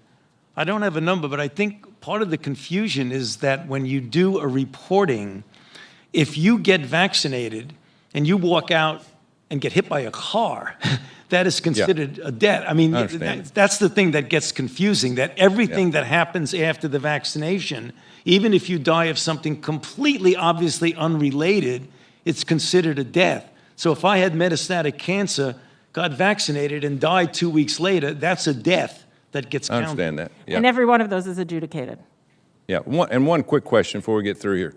I'm in rural Alabama, but I get one of these home tests, and I test positive. I have asymptomatic. What do I do? People call up, what do I do? I don't have a doctor around. What do I do? Thank you. So you're asymptomatic? Pardon? You're asymptomatic, no symptoms, feel well? Yeah. You stay home for 5 days, and the next 5 days, if you continue to be asymptomatic, you can go out, wear a mask, don't go traveling, don't go to gyms, don't go But I get real restaurants. sick, then what do I do? Then, well, first you go and call your physician. And in fact, I'd say you call your physician regardless. But call your physician, call your provider. If you're continuing to have symptoms, then you stay home until your symptoms resolve. No therapeutics? Yeah. Well, that's where I would say call your physician and see if you're eligible for therapeutics. A lot of these people don't have physicians. And They've got a drugstore. Senator, we do Thank you. need to move on. Thank you. Senator Rosen. Thank you, Madam Chair. Thank you, Ranking Member Burr. This hearing is so very important. I really want to thank all of the witnesses here for testifying today. Your continued work, thank you so much as we combat this pandemic in real time, And so first, I just do want to echo the concerns my colleagues have raised about access to testing, both in-person PCR tests and the at-home rapid tests. We do know that home test kits are scarce. Americans are standing in extremely long lines to get a COVID test, and hospital emergency departments in my home state of Nevada have seen a significant increase in people coming solely for tests because there just aren't enough alternatives. And so this is just really only adding to the stress, as again, I can say, speak to Nevada on our health systems. Nevada's been expanding our testing options, but increased federal support on the ground in addition to home testing we feel is absolutely critical, and in the future the federal response must be more proactive in this space. And so I'm a little bit concerned about the testing keeping up with the variants, because this is all happening in real time. COVID is evolving. You don't know which strain may become the dominant strain. And so we want to ensure, just in addition to the effectiveness of the vaccines and therapeutics, that the testing accuracy must also keep up. So Dr. Fauci, with some recent reports about the current variant settling more in the throat than in the nose for some patients, what are we doing with the development and deployment of rapid at-home tests based on saliva versus a nasal swab? And then, Dr. Woodcock, how rapidly do you think the over-the-counter testing can be delivered, approved, looked at, approved, delivered to the American public to make sure that they're less anxious? Thank you for that question, Senator. Yes, there have been recent reports that, in fact, the sensitivity and the ability to detect in a swab of the throat versus the nasopharynx, at least with Omicron. That's a preliminary report. I think it needs to be validated and verified. If the data are strong enough, then the company, whatever who makes that, will likely go to the FDA to ask to change the indication because the emergency use authorization is for a nasal swab. If the data, the scientific data indicate that it's better to get an oral or other swab, they would present that to the FDA. So I would leave that to Dr. Woodcock to answer the rest of that question. Thank you. Certainly. Well, we can act very rapidly, but first I would like to say people should not use swabs that are designed as nasal swabs and try to swab their throat. They may stab themselves, okay? That would not be good, okay? What we need to do is have tests that, see whether the throat swab, as Dr. Fauci said, could provide more sensitivity. We do know the tests are picking up Omicron, but right now with less sensitivity than they did some of the other variants.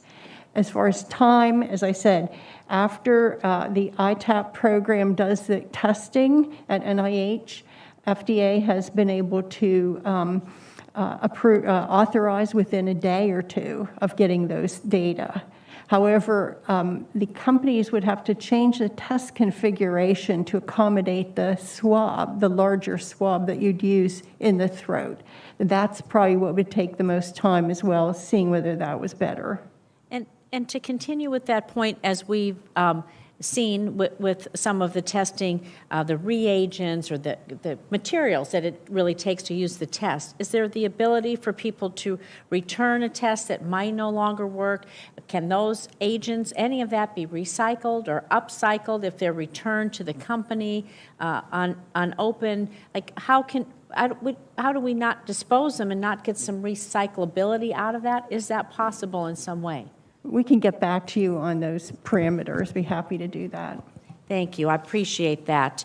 I'd like to talk a little bit again. People are talking about the public health data. We're noting about all the daily statistics. We're noting about some of the statistics about possibly death. And so positive or negative, critical, this data is critical even for us to make our decisions as far as what we fund. And sometimes there's notes to say that we shouldn't include home testing in the daily statistics because they might not be reliable. So, Dr. Walensky, to build on some of that testing and the statistics that you need to do your job, that all of us need to do our job, how is the CDC working with the state, local health, our hospitals, to be sure that the voluntary self-reporting guidance is going to be accurate and give us the kind of statistics we need going forward? Yeah, thank you for that question, Senator. So we are routinely reporting PCR tests. That is what is routinely reported from the state, and that is what our updated statistics are. There's passive reporting that occurs with rapid tests, but I also want to understand the importance of rapid tests, at-home tests, for people to be empowered to use these rapid tests to do the right thing. Mm-hmm. So regardless of whether we can count them, generally they tend to be people who have milder symptoms. They might have been vaccinated, have a runny nose, and they decide to go and get a rapid test and do the test at home.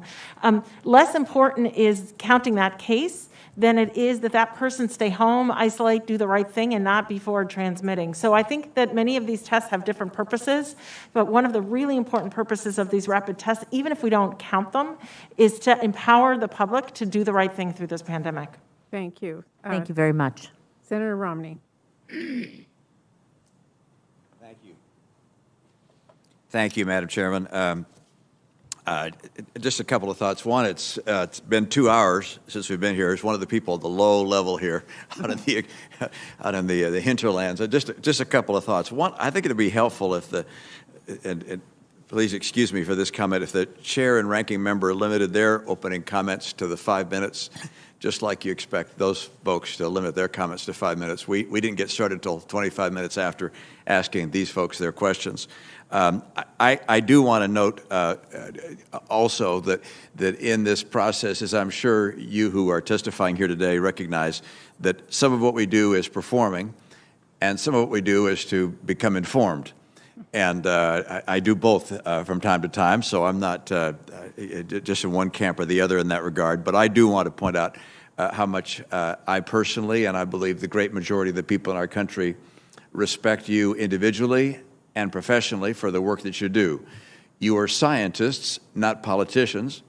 Nevertheless, you are being made subject to the political whims of various political individuals, and that comes at a high cost, which unfortunately I fear will lead some to not want to participate in helping our government make scientific choices.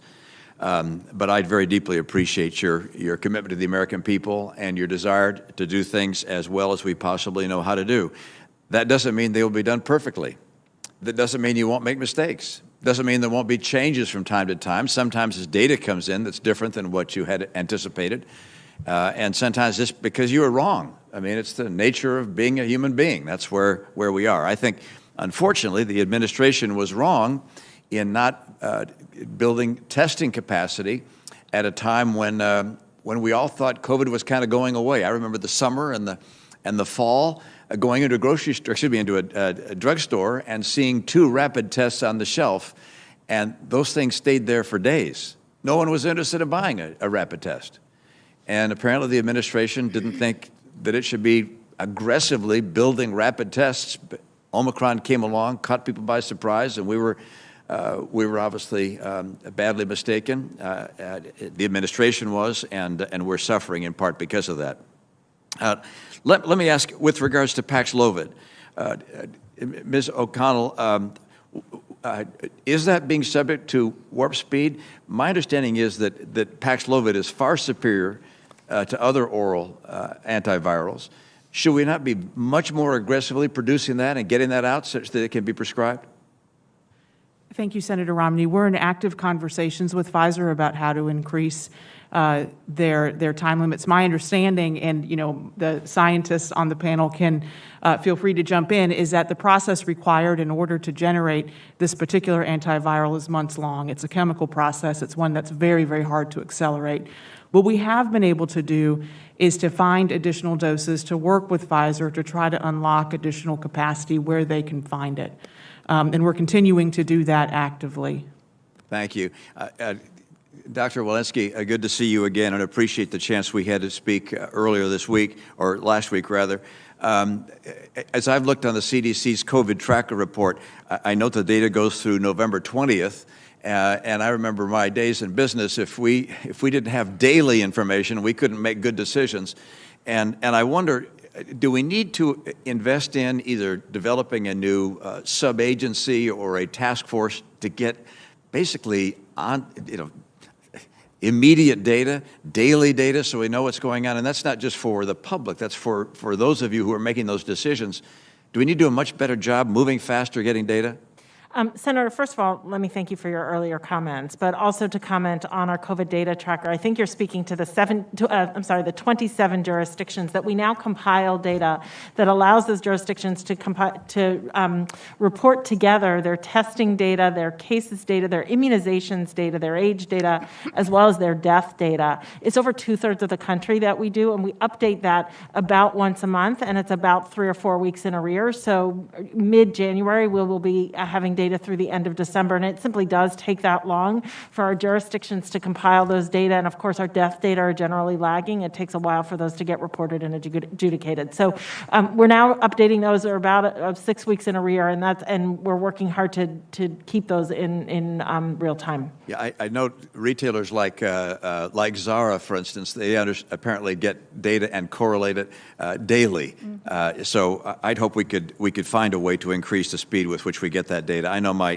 time is up. I'm just going to make a comment, and that is that I think it'd be helpful if people knew when they should get tested, when it's called for, because I think a lot of individuals, myself included, get tested when there's no indication that I need to get tested, other than just want to make sure I'm not sick.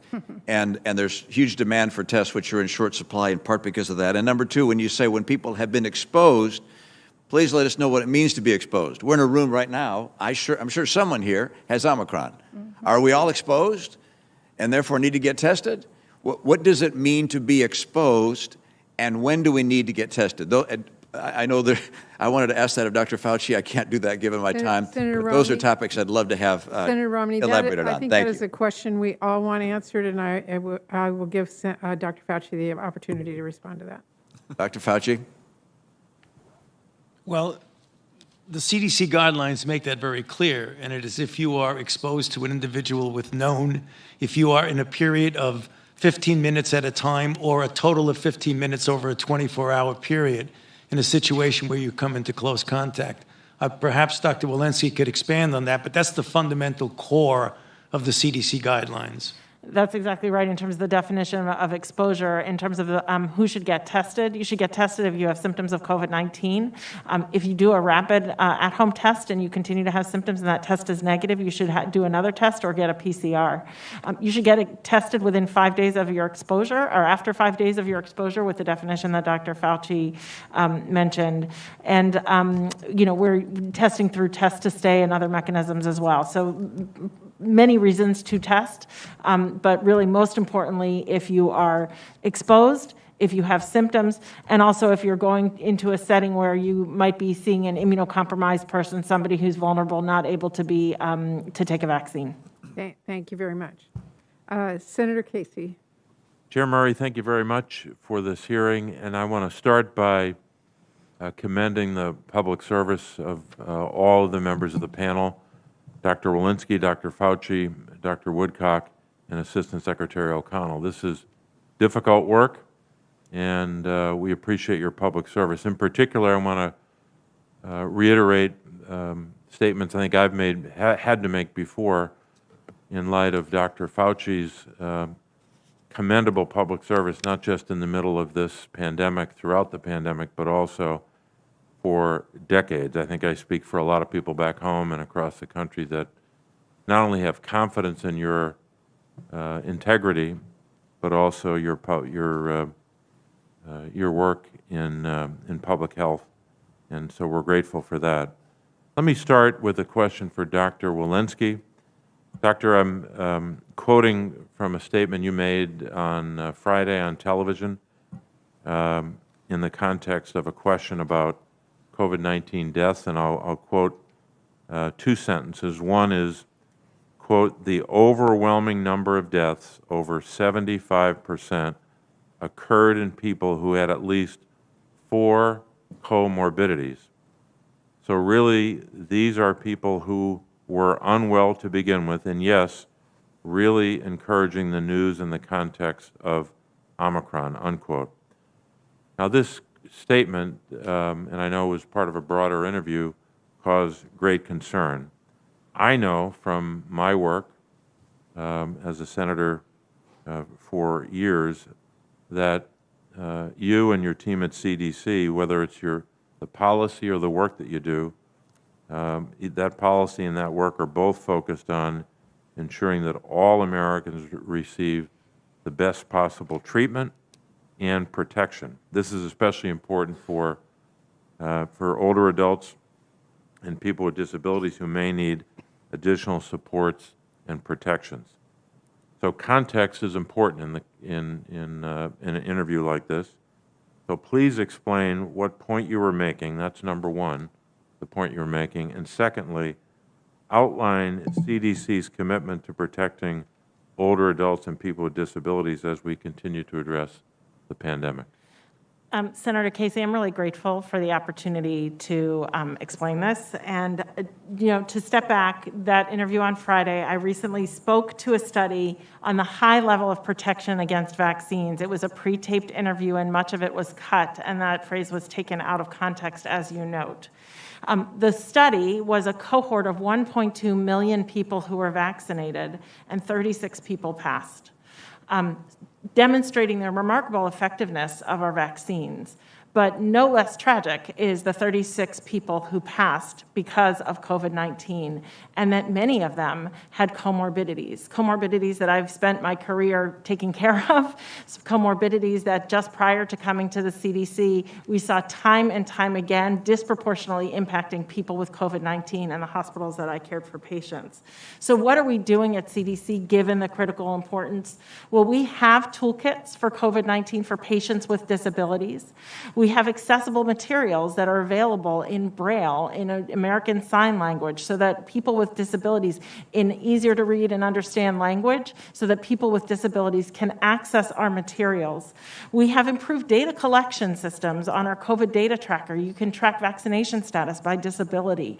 And we've worked with states to make sure that those are reporting. And then we're funding partners and our public health partners to do more for patients with disability. And if anything, this issue on Friday has redoubled our commitment to continuing to make sure that we have access for people with disabilities. Thank you for allowing me to clarify.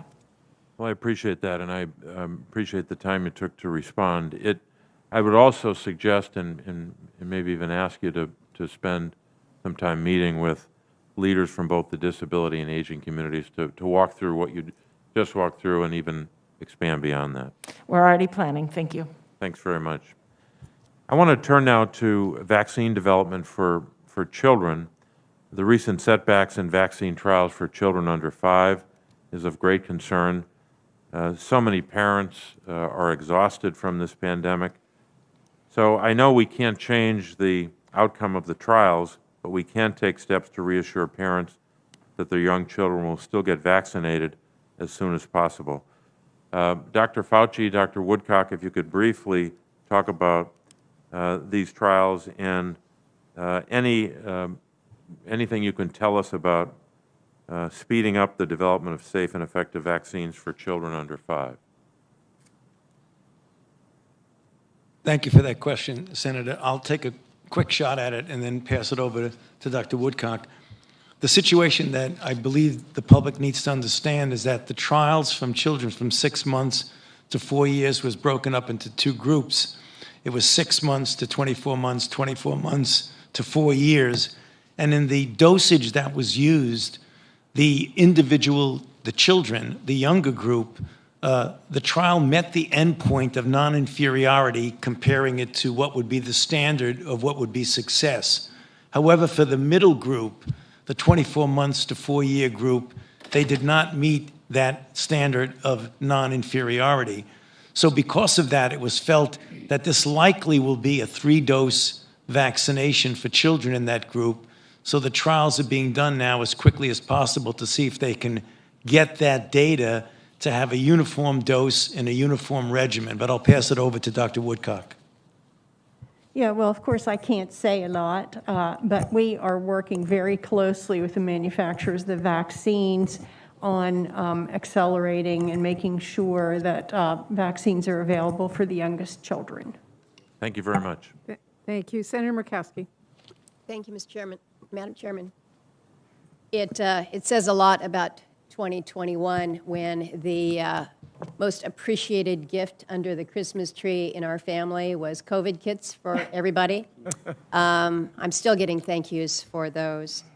Dr. Walensky, there has been a lot of discussion here today about some of the confusion with guidance and just some very clear asks to tell us what that is. So a question that I'm going to forward to you from a teacher is if the teacher is fully vaccinated, boosted, tests positive for COVID, but after they test positive, they feel pretty fine. There's no fever, there's no nothing.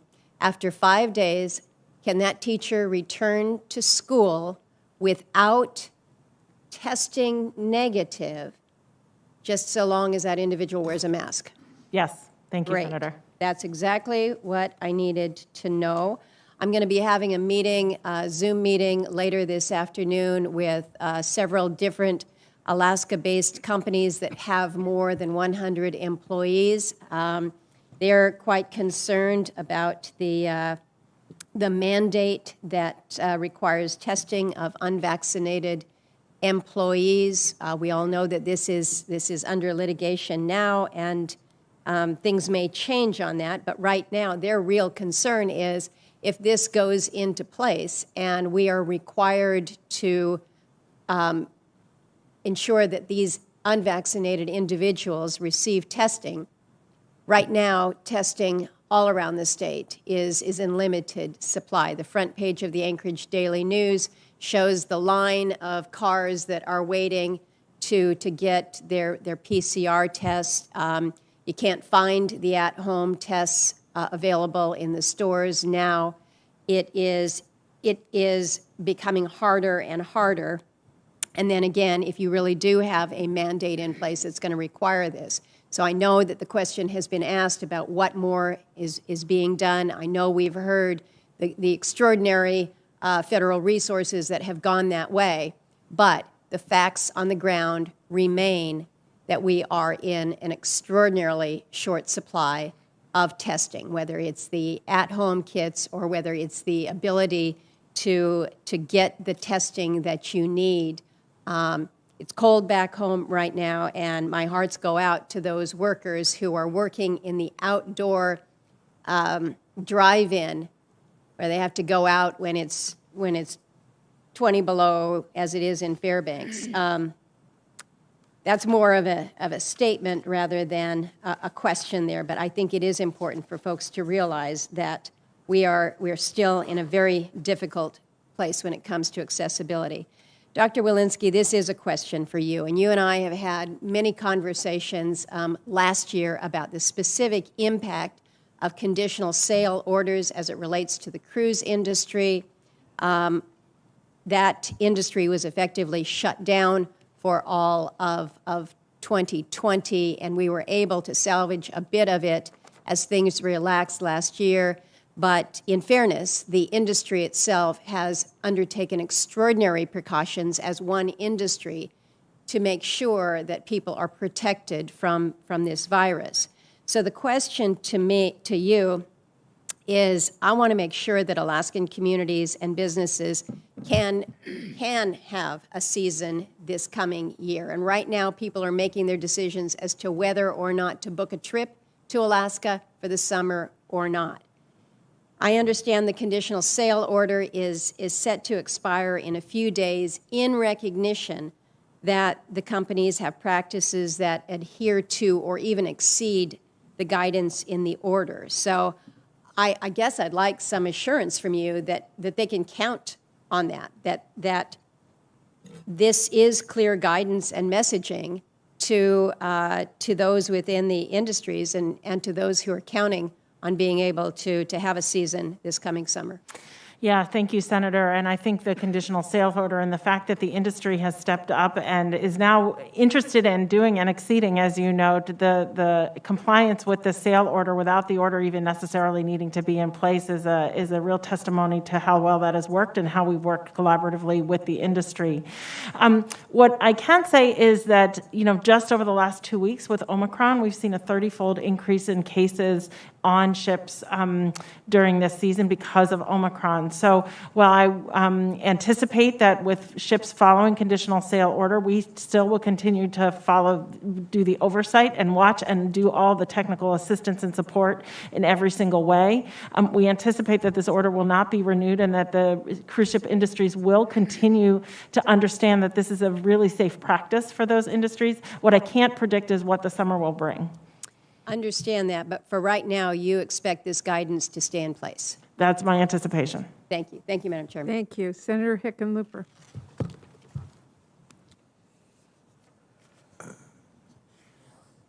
Now it's on. Thank you, Madam Chair, Ranking Member Chair. First, I want to reiterate a little bit about what Senator Romney said. I was the odd one out. I worked as a scientist for a number of years, and then I was a mayor of a big city and was pretty much the only scientist among all the mayors. Then I was a governor and pretty much the only scientist among governors.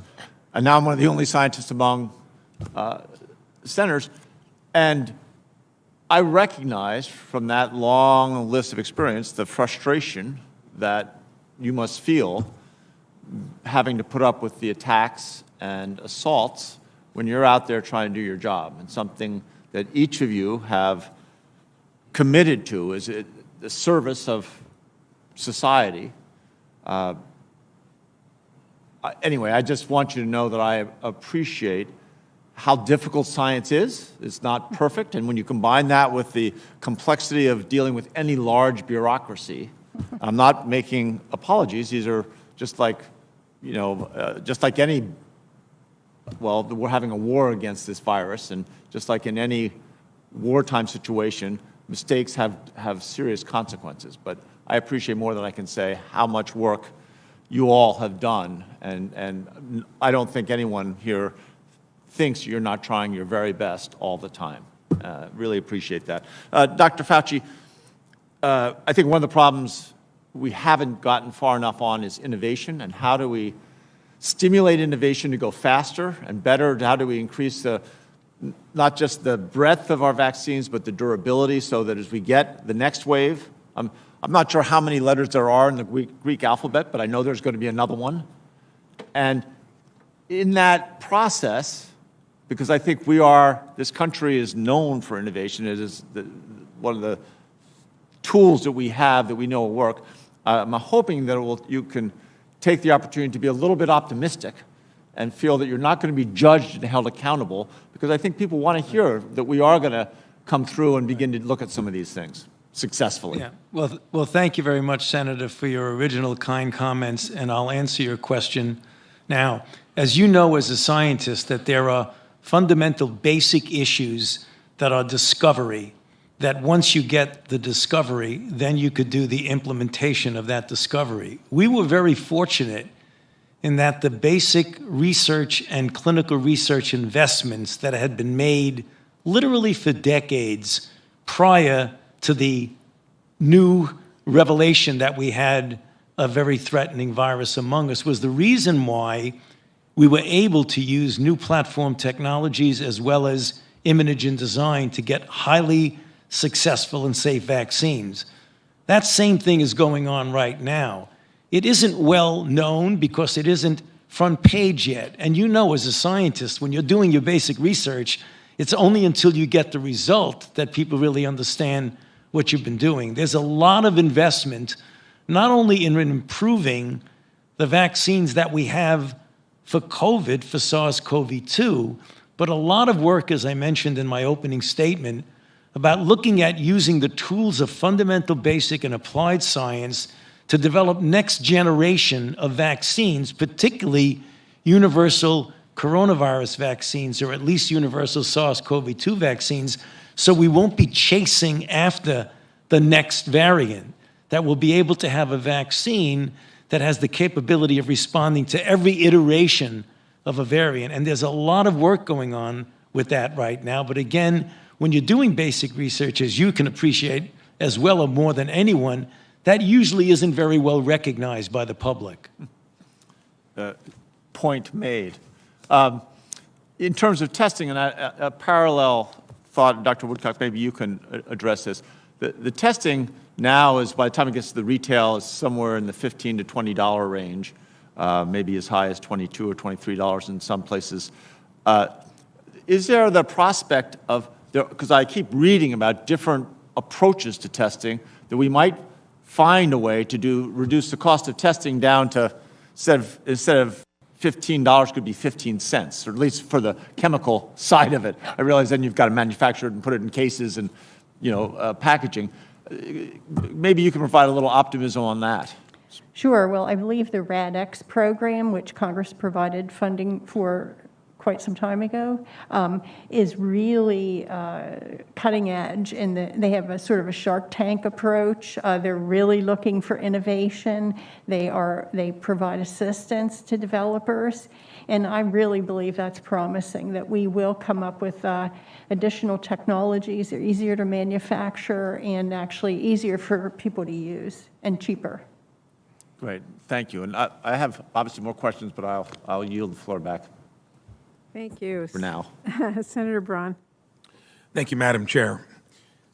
Reading the paper last night, lead editorial in the Washington Post, and I about dropped it when I read the first paragraph. And the title of the editorial is Living with COVID. Quite understandably, the coronavirus pandemic at first was a dire emergency, but it can't be one forever. The crisis will have to shift to a manageable health threat without massive disruption and overwhelming anxiety. President Biden has been fighting the virus as an emergency in his first year, but a shift must come before too long. Never thought I'd read anything like that in a place like Washington Post, but I think it reflects where we're at in the journey. And generally when you wrestle with something of this magnitude, where it's dominated the conversation for now 2 years, and you're still seeing results similar to, if not worse, from when we started, it would beg the question, do we need to take a different approach? It's been very top-down, been put in place, I think, understandably by the agencies that would be most pertinent. But when you look at the results, you look at the fact that a third of the country, for whatever reason, is not going to get vaccinated. You got a mandate that now is going to force the hand. And when you get someplace like the Washington Post saying that we got to take a different approach, I'm wondering, do we have it within our Constitution here when we've been bought in for so long that this is the way it's got to be? Listen to Senator Casey earlier, made a very good point. Everybody talks about data, paying attention to the data. And when this is so ravaged, such a small percentage, so significantly of our population with comorbidities that are elderly, it just keeps saying, why don't we change the approach? You don't want to have the legacy of being a country in disruption and full of anxiety. And kind of what I'm hearing here today, I'm not sensing that we're going to see a real change in approach, and even more so, doubling down on what now for 2 years has arguably not gotten us in a place where we feel better about it, where we're not drowning in anxiety. And I'm going to pose the question to Dr. Woodcock. You've been involved in federal health care in one way or another for a long time, acting commissioner at the FDA. Normally, a board of directors, a CEO, would be fired as a CEO, number one. A board of directors would be questioned in terms of how good they are, meaning maybe us here in the Senate, to where you're not directing for something other than what we've had, which in my opinion would be decentralizing it, providing the information to the American public to make their own best decisions. Dr. Woodcock, do you think that is sensible? Do you think the Washington Post makes sense? And are you willing to change up there on this panel to reflect accordingly? Well, I think that we're talking about a natural disaster, and you can fire your board of directors because we need to focus on continuity of operations for hospitals and other essential services as this variant sweeps through the population. I don't think that will last a really long time, but that's where I think we are right now. So I don't think prior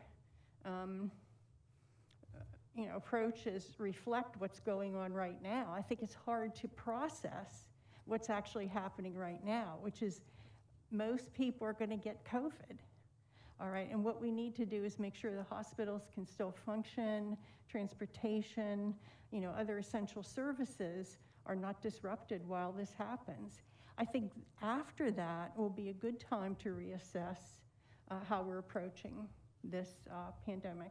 I'm out of time, but I think if you want to regain the trust of the American public, you probably need to look at a total revamp on what we do in terms of how we contend with it over the next year or so, or I think you're going to get more forceful editorials from places that you would never imagine. If you keep doing the same thing, generating the same results, that isn't the formula for success in any endeavor. Thank you. Senator Baldwin. Thank you, Madam Chair. I want to thank all of our witnesses today. And I also want to just underscore the preface that our colleague Senator Romney gave to his questioning. I like the way he described it. Sometimes we come to perform, sometimes we come to be informed. And I guess I would just speculate a little bit beyond that if there were to be a true tit for tat on the performance angle. There's any number of areas we could go. I reflect on proposals for ultraviolet light and drinking bleach and drinking hydroxychloroquine. We could go there, but it's not constructive. And so I'm going to be constructive in my questions, and I just urge my colleagues to do that. We're all in this together,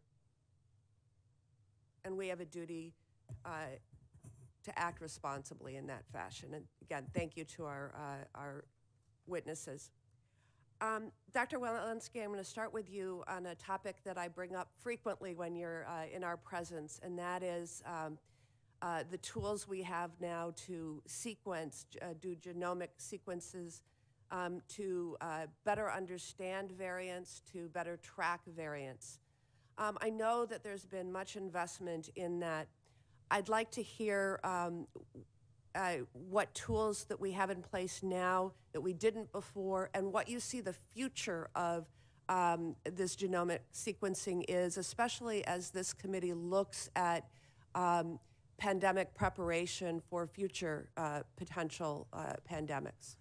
Thank you, Senator Baldwin, and for your championing our ability to ramp up our genomic sequencing efforts. And the resources from the American Rescue Plan, $1.7 billion, really did allow us to detect Omicron swiftly. So maybe I'll just tell you the story of what happened with Omicron, and that is we heard about this variant that was coming from South Africa, and we didn't know if it was here yet. But we did know it had this unique footprint of the S gene target failure on PCR. So what we did immediately after hearing about this is to enhance surveillance for this footprint and do enhanced sequencing so that any sequence that had this footprint, I shouldn't say any, many sequences that had this footprint, we were specifically looking for this Omicron variant. Within days, we found it.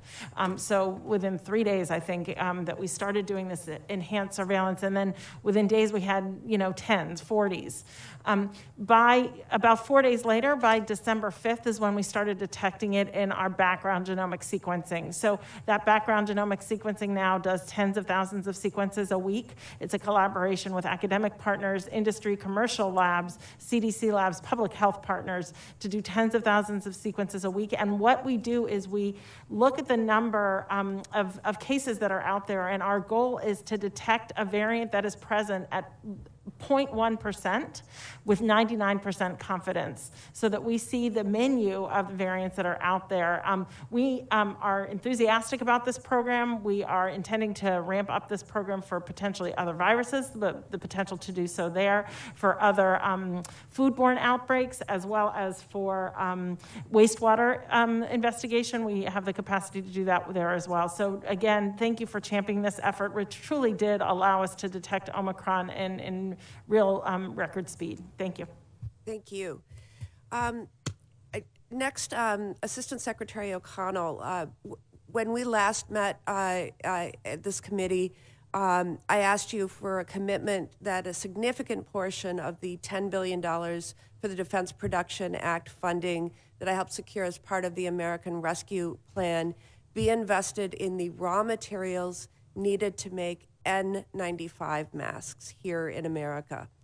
The alarming spread of Omicron has made the need for N95s even more clear. And yet, ASPR has not spent any of this American Rescue Plan funding on the raw material needed to make N95s in America. While it has invested $3.1 billion on other priorities, primarily using prior supplemental funding.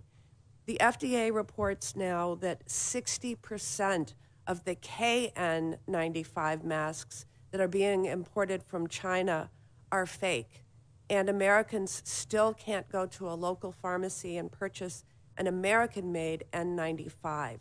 So President Biden has now personally urged Americans to upgrade the quality of the masks they wear. I want to know when the American people will be able to buy an American-made N95 mask that they know will protect them, and when we can expect ASPR to invest the American Rescue Plan funding into the raw materials necessary. Senator Baldwin, thank you for that question. You can buy an N95 mask manufactured in America now. We have 737 million of those in the Strategic National Stockpile. We are also in the process this month, we hope, to award, or next month, as contracts go, to award an agreement for warm base manufacturing of N95 masks. What we're asking the vendors to return to us as part of the proposal is their ability to manufacture 141 million masks a month at a surge capacity, and to be able to maintain that manufacturing at a 20 to 30% rate in times where demand is not as high. So we are very invested in N95 masks being made available, and we'll continue to look, and I appreciate your support in getting us the American Rescue Plan dollars that we're currently investing, and we'll continue to look at the right ways to invest that, and have really appreciated the conversations you and I have had around that. Thank you very much. I appreciate the witnesses have been here well over 2.5 hours. We are going to have a second round of questions. So I'm going to recess for 10 minutes to allow a break for our witnesses. We will reconvene at 12:45.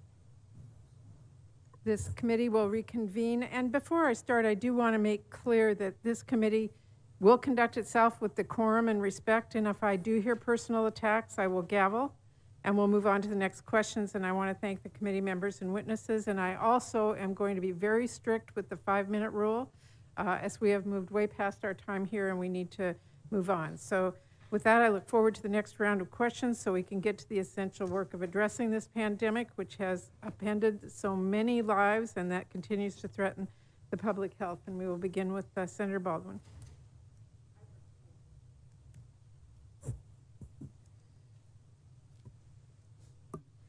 Thank you, Madam Chair.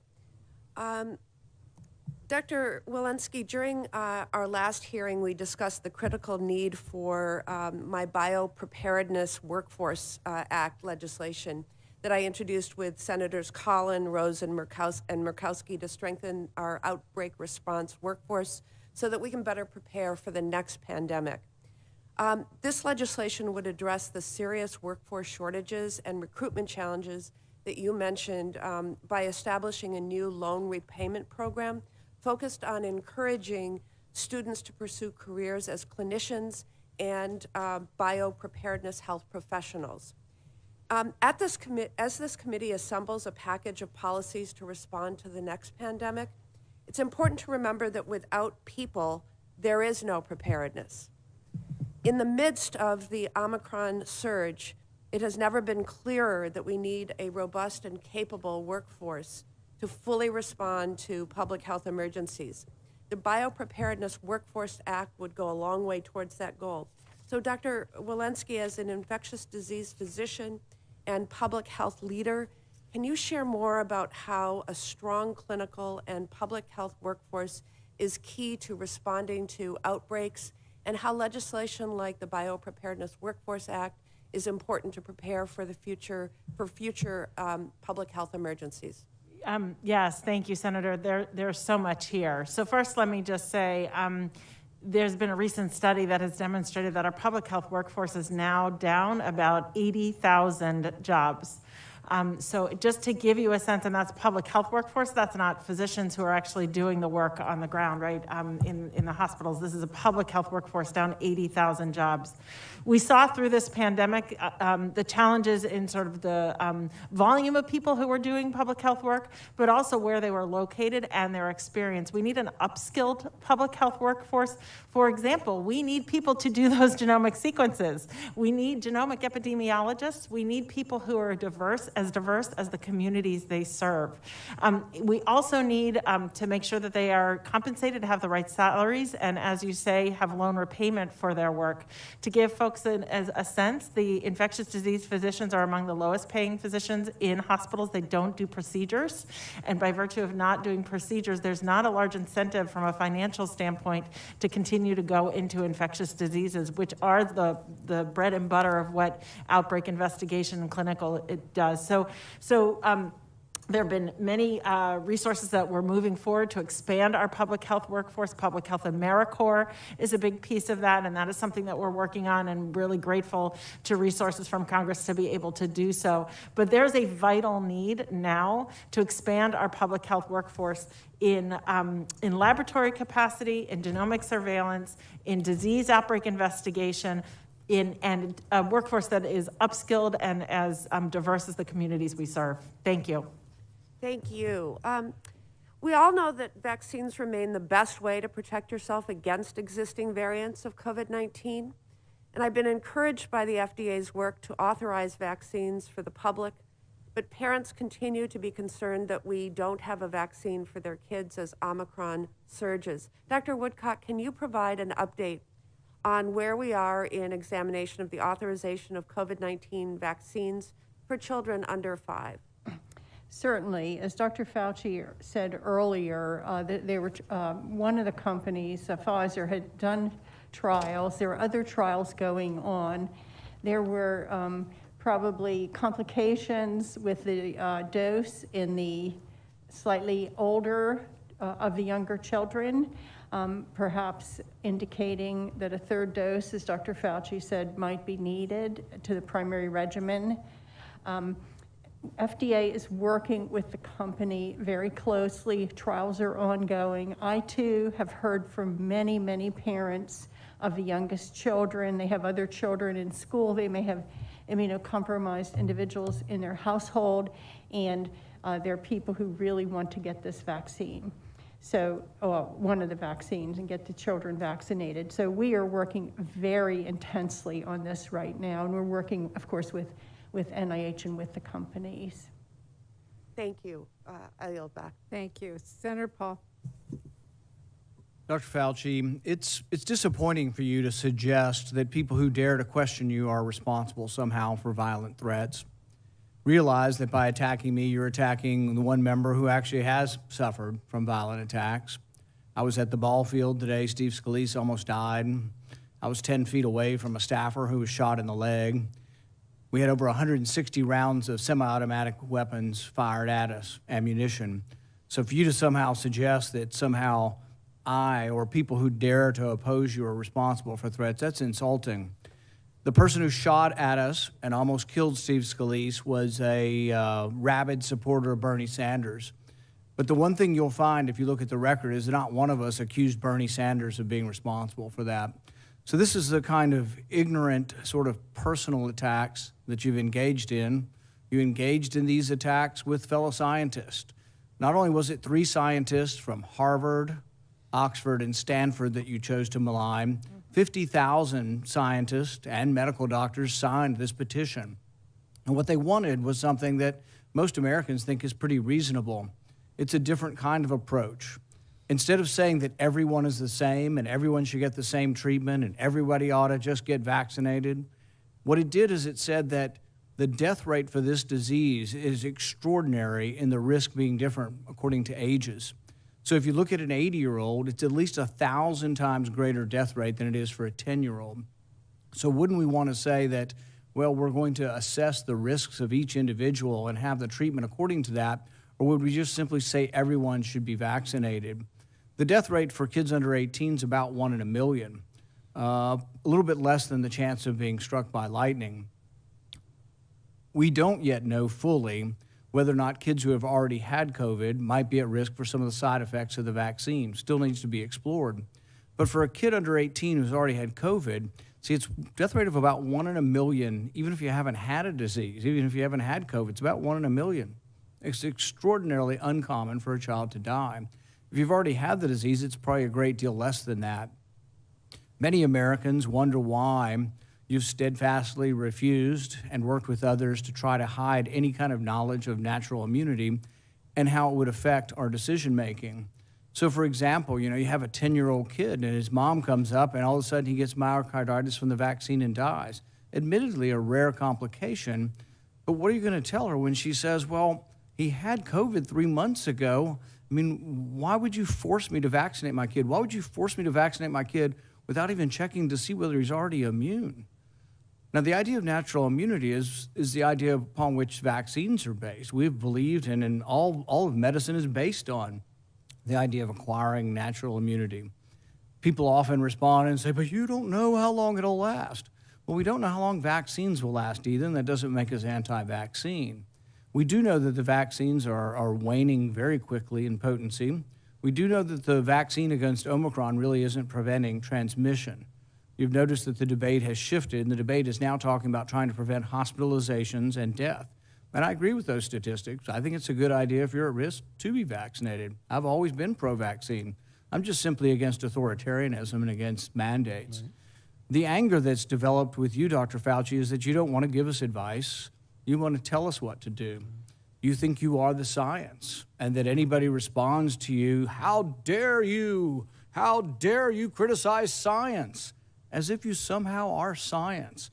That kind of arrogance, that hubris is really, that's where the anger's coming towards you. If you were one doctor among hundreds of doctors in the government who gave advice, I don't think anybody, people might object to your advice, but there wouldn't be such a degree of anger. But you are so certain that you're right that you're not willing to hear anyone else. 3 epidemiologists, of which you are not even an epidemiologist, but 3 epidemiologists prominent in their field, Oxford, Stanford, and Harvard, you maligned them. You spoke openly with Dr. Collins, and you did not disagree that let's paint them as fringe. You went after them and said, we will do a public takedown, not in Science or Nature or Lancet, in Wired, in The Nation, a left-wing publication. You've engaged in base politics. You wonder why there's so much anger? You're not an objective scientist. You've lost that long ago.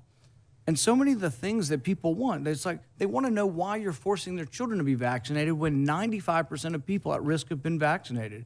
Over 95% of people over 65, it's a huge voluntary success. And yet you won't rest until you force every child to get this. So yes, there's a great Senator deal Paul, of your dissatisfaction time has with you, and many people want you to go, but nobody wishes you violence. Senator Paul, your time has expired. I will use one time of my remaining 5 minutes to allow Senator Fauci to respond. Thank you very much. Dr. Madam. Fauci, sorry. Yeah. Thank you, Dr. Murray. No. So, first of all, Senator, again, at a hearing such as this, where there are almost 900,000 people in this country have died from this outbreak, you have chosen to just personal attacks on me that go back to multiple hearings.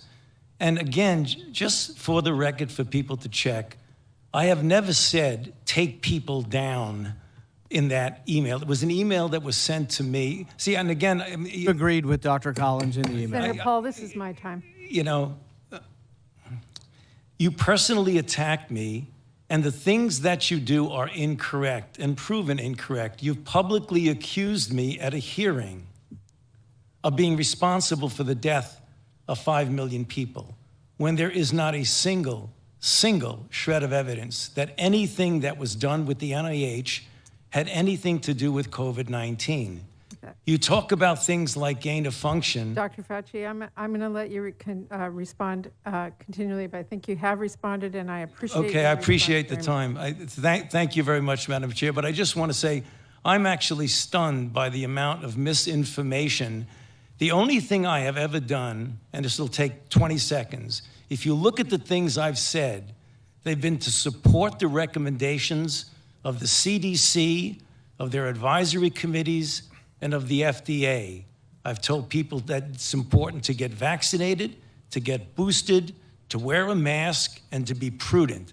That's the only thing I've said. I haven't dictated anything that's only a monolith with me. It's always public health practices, and anybody goes back over any record of me, they know that. Thank you, and I will retain the balance of my time. Thank you very much. Senator Casey. Thank you, Chair Murray. I want to start with Dr. Walensky. Doctor, as you know, the CDC has been working with my staff on an outstanding nursing home vaccine data request. I would appreciate it if you and your team would continue to work with me and with our team at the Aging Committee to resolve this matter. Yes, thank you, Senator. I'm aware of that matter, and we are committed to continuing to that work with you. Thank you. Thank you. Let me turn to a matter for Health and Human Services. Assistant Secretary O'Connell, you know that our nation's long-term care facilities were ground zero during the first year of COVID-19. 200,000 residents and workers, when we add up the number of residents plus the number of workers who died, it gets to 200,000 over these 2 years. However, nursing home deaths have declined dramatically thanks to the safety and effectiveness of the vaccines. It's a credit to the administration that 90% of nursing home residents and 80% of workers have been vaccinated. We know that infections are on the rise right now, though, in nursing homes, raising safety concerns and putting additional pressures on workers who have been stretched thin. For instance, we know the pandemic has worsened existing staffing shortages and turnover issues. So we also know at the same time that the rescue plan that Democrats passed in March helps to fill the staffing gap with a $500 million initiative for strike teams based upon legislation that I was leading recently. These strike teams provide medical personnel and other supports that help nursing homes get through the surges like the one that we're seeing right now. On the 22nd of December of last year, I, along with 3 of my colleagues, sent a letter to Secretary Becerra asking how Health and Human Services was protecting nursing home residents and workers in the current COVID-19 surge, including the distribution of booster shots. What is HHS doing to ensure nursing homes have the supports they need to protect residents and workers who care for those residents? Senator Casey, thank you so much for your question.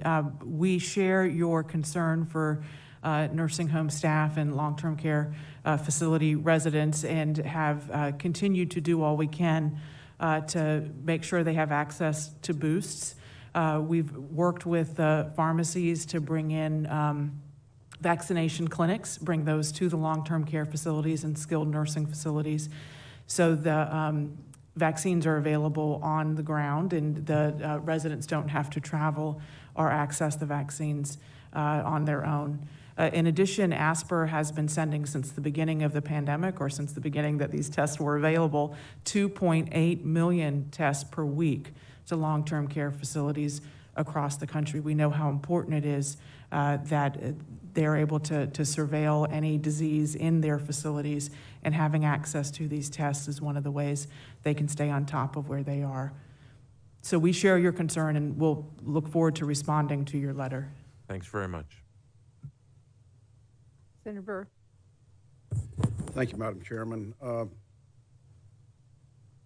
Ms. Woodcock, I know you said a while ago that you're excited about what RADAC's accomplished, and I think we all are. But FDA issued revised guidance stating that it would focus its review efforts on at-home test and point-of-care COVID test applications from developers with the capacity to manufacture more than 500,000 tests per week within 3 months of being authorized. Why did the FDA move the goalpost at this particular time and suggest to companies that can't ramp up to that manufacturing that they're not going to get an accelerated EUA pathway? Well, because of what some of the members have been discussing over the last several hours, that we have an urgent need for high volume home-based tests. And we have a queue. We have moved heaven and earth to get as many done as possible. We've authorized over 400 different kinds of tests or test collection devices during this pandemic. But as far as what the queue is, the priority, we're prioritizing the highest volume and just putting them to the front so that we can get home test kits into the hands of Dr. Woodcock, people. I get what you're doing. Yeah. My question is this: what does this say to the innovative company that's out there that doesn't have the manufacturing capacity, and without us marrying them to a large manufacturing capacity, it's basically saying don't innovate because you're not going to get consideration under the EUA if you don't have a manufacturing capacity of 500,000 tests a week. It says these are prioritized. It doesn't say we won't get to the others. Well, get to the others. I mean, there's all a sense of urgency here. I just think that that might have been thought of before we did this. Let me go to you, Ms. Connell. I'm really challenged on this procurement of 500 million tests, as you can tell. And one, I don't understand why there's not been a release that came out of ASPR or BARDA publicly announcing here's how many we've contracted, that I've got to find it somewhere in a DOD contract that a very limited amount of people go to. It's certainly not one that I regularly looked at. But based on one of your contracts, we've got 13.6 million tests costing $190 million. I think that's from the vodka distributor. When I break that down, that's about $14 a test. Now, CMS just put out a new rule that mandated that insurers must cover up to 8 tests per person per week, per month for a family of 4, that's 32 tests, and that they can reimburse at $12. Now, if I'm a manufacturer and I'm under a $12 reimbursement, or I can go over here and I can sell directly to the federal government and get $14, I'm probably going to sell to the federal government and get $14. Where am I wrong? Thank you, Senator Burr. We continue to work to access the tests that will be distributed as part of the $500 million and the tests that you're referring to. So first of all, DOD by tradition has put out, whenever we've done an assisted acquisitions with them, they put out within the first 24 hours of that contract going out an announcement that the contract has gone out. So that's what you're seeing, and that's been de rigueur. It's been what the way DOD has approached this through our entire relationship. We're continuing to. Why is ASPR not putting out a similar public statement? We'd be happy to, and thank you, Senator. I'll go back and talk to the communications team and see if there's a companion press release that makes sense for us to put out. Well, I'm not sure you addressed my concern, which is it's more profitable to sell to the federal government than it is put it on retail based upon the reimbursements that this administration has now required of insurers. I hope you'll think about that. This is alarming to me, and as we've all displayed, there are no tests out there. There are no tests on the shelves at Walgreens, CVS that people can go in, buy, and take home and do it. So it makes even more confusing CDC's policy that if you want to take a test, go ahead and take it. It's not required, but you can take it. You can't get it. Dr. Fauci, just very quickly, South African data suggests that Omicron may have an ability to build immunity to Delta. Delta does not have an immunity does not build an immunity to Omicron. Have you got any comments on that? Cyprus announced a Delta Crom variant. Are you worried about that? And we've been about 3 weeks behind Israel throughout this whole thing. And even though we've seen South African data go up and go back down very quickly, Israel epidemiologists just this week said they expect that for the next 2 weeks they will see a doubling of the infections in Israel, meaning they're not following the same timeline that we saw in South Africa. How should we interpret that for the U.S.? Okay, thank you very much for those questions, Senator.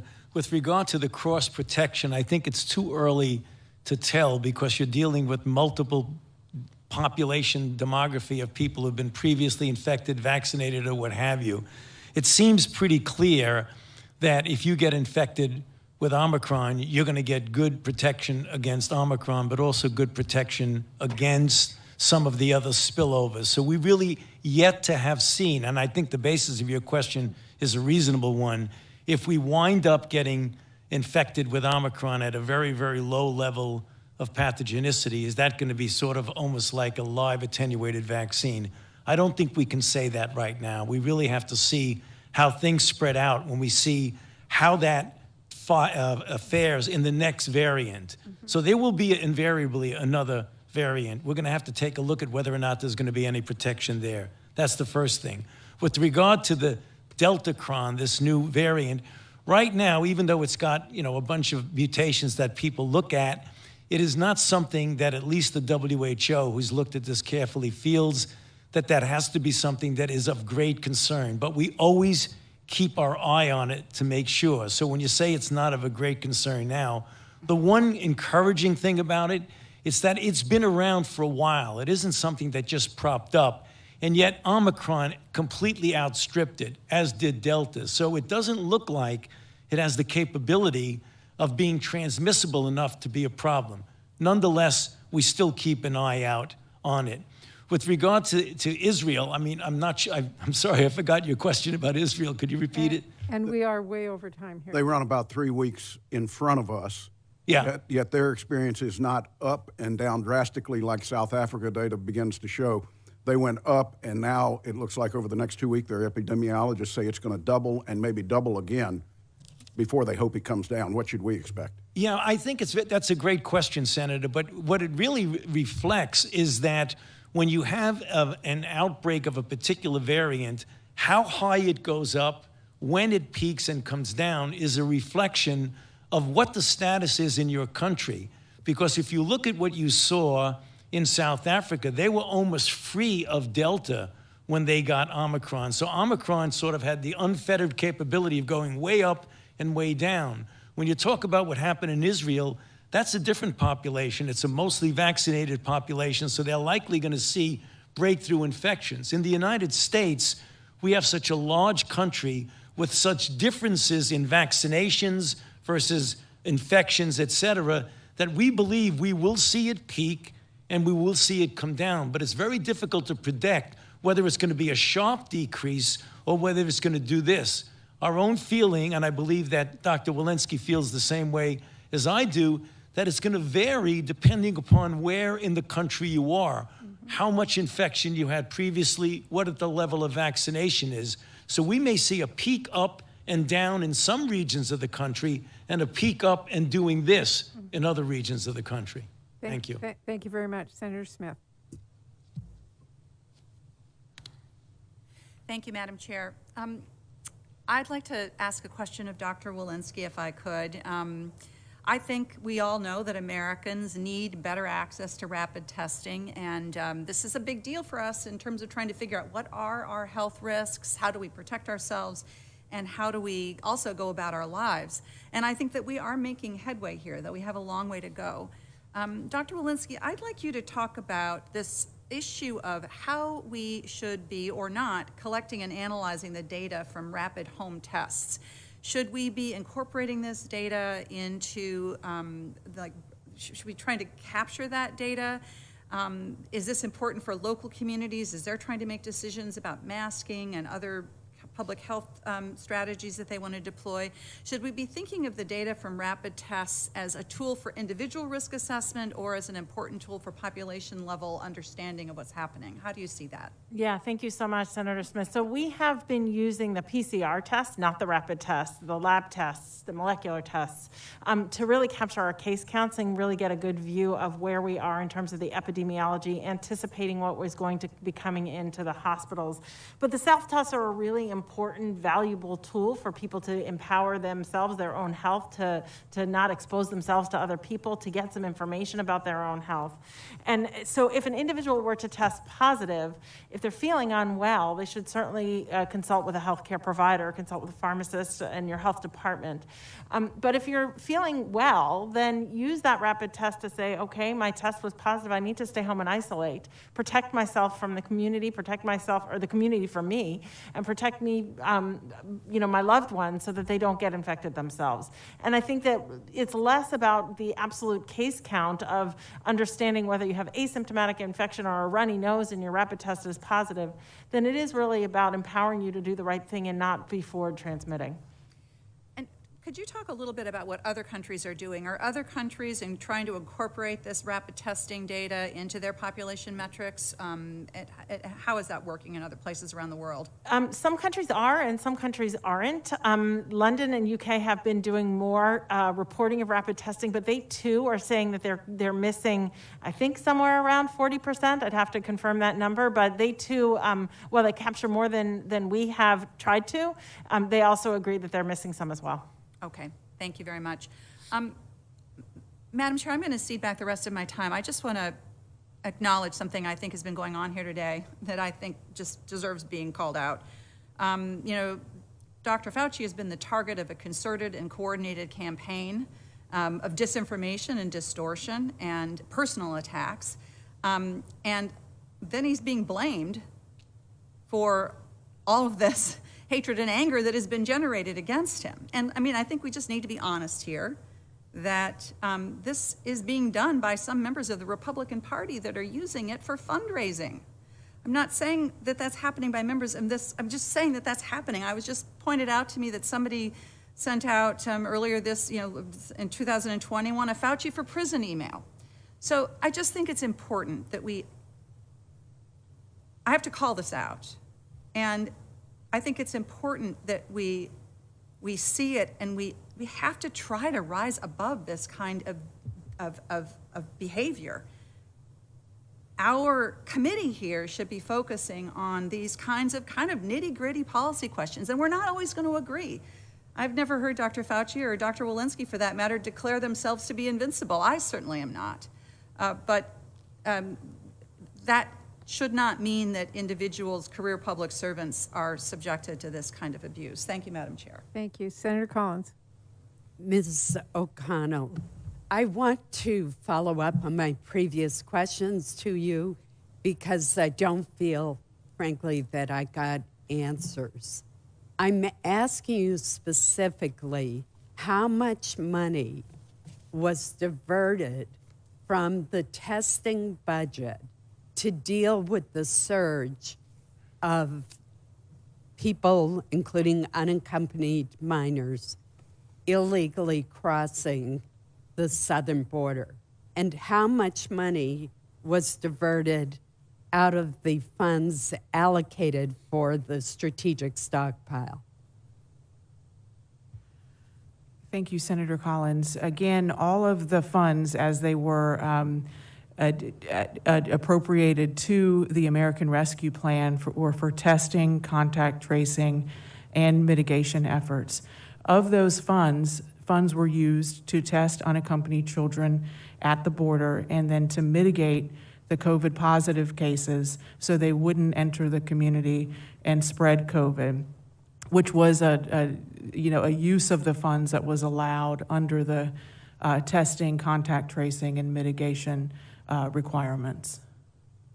Well, you're still not answering my question on the amount of money that was used to deal with the crisis at the southern border. So I will tell you that our staff's investigation found that $850 million out of the testing budget and another $850 million out of the allocation for the stockpile were instead used to deal with the crisis at the southern border. Do those numbers sound right to you? Senator, I'll be happy to take that back and discuss that with our finance team to make sure that those numbers are the same numbers that they're tracking.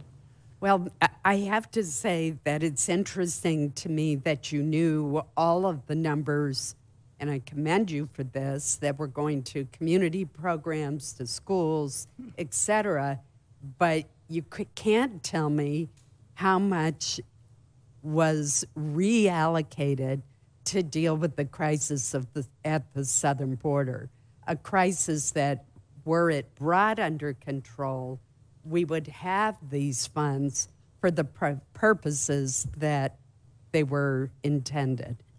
Let me ask you further, what do you mean when you say mitigation as applied to the southern border and the surge, the unprecedented surge of people crossing?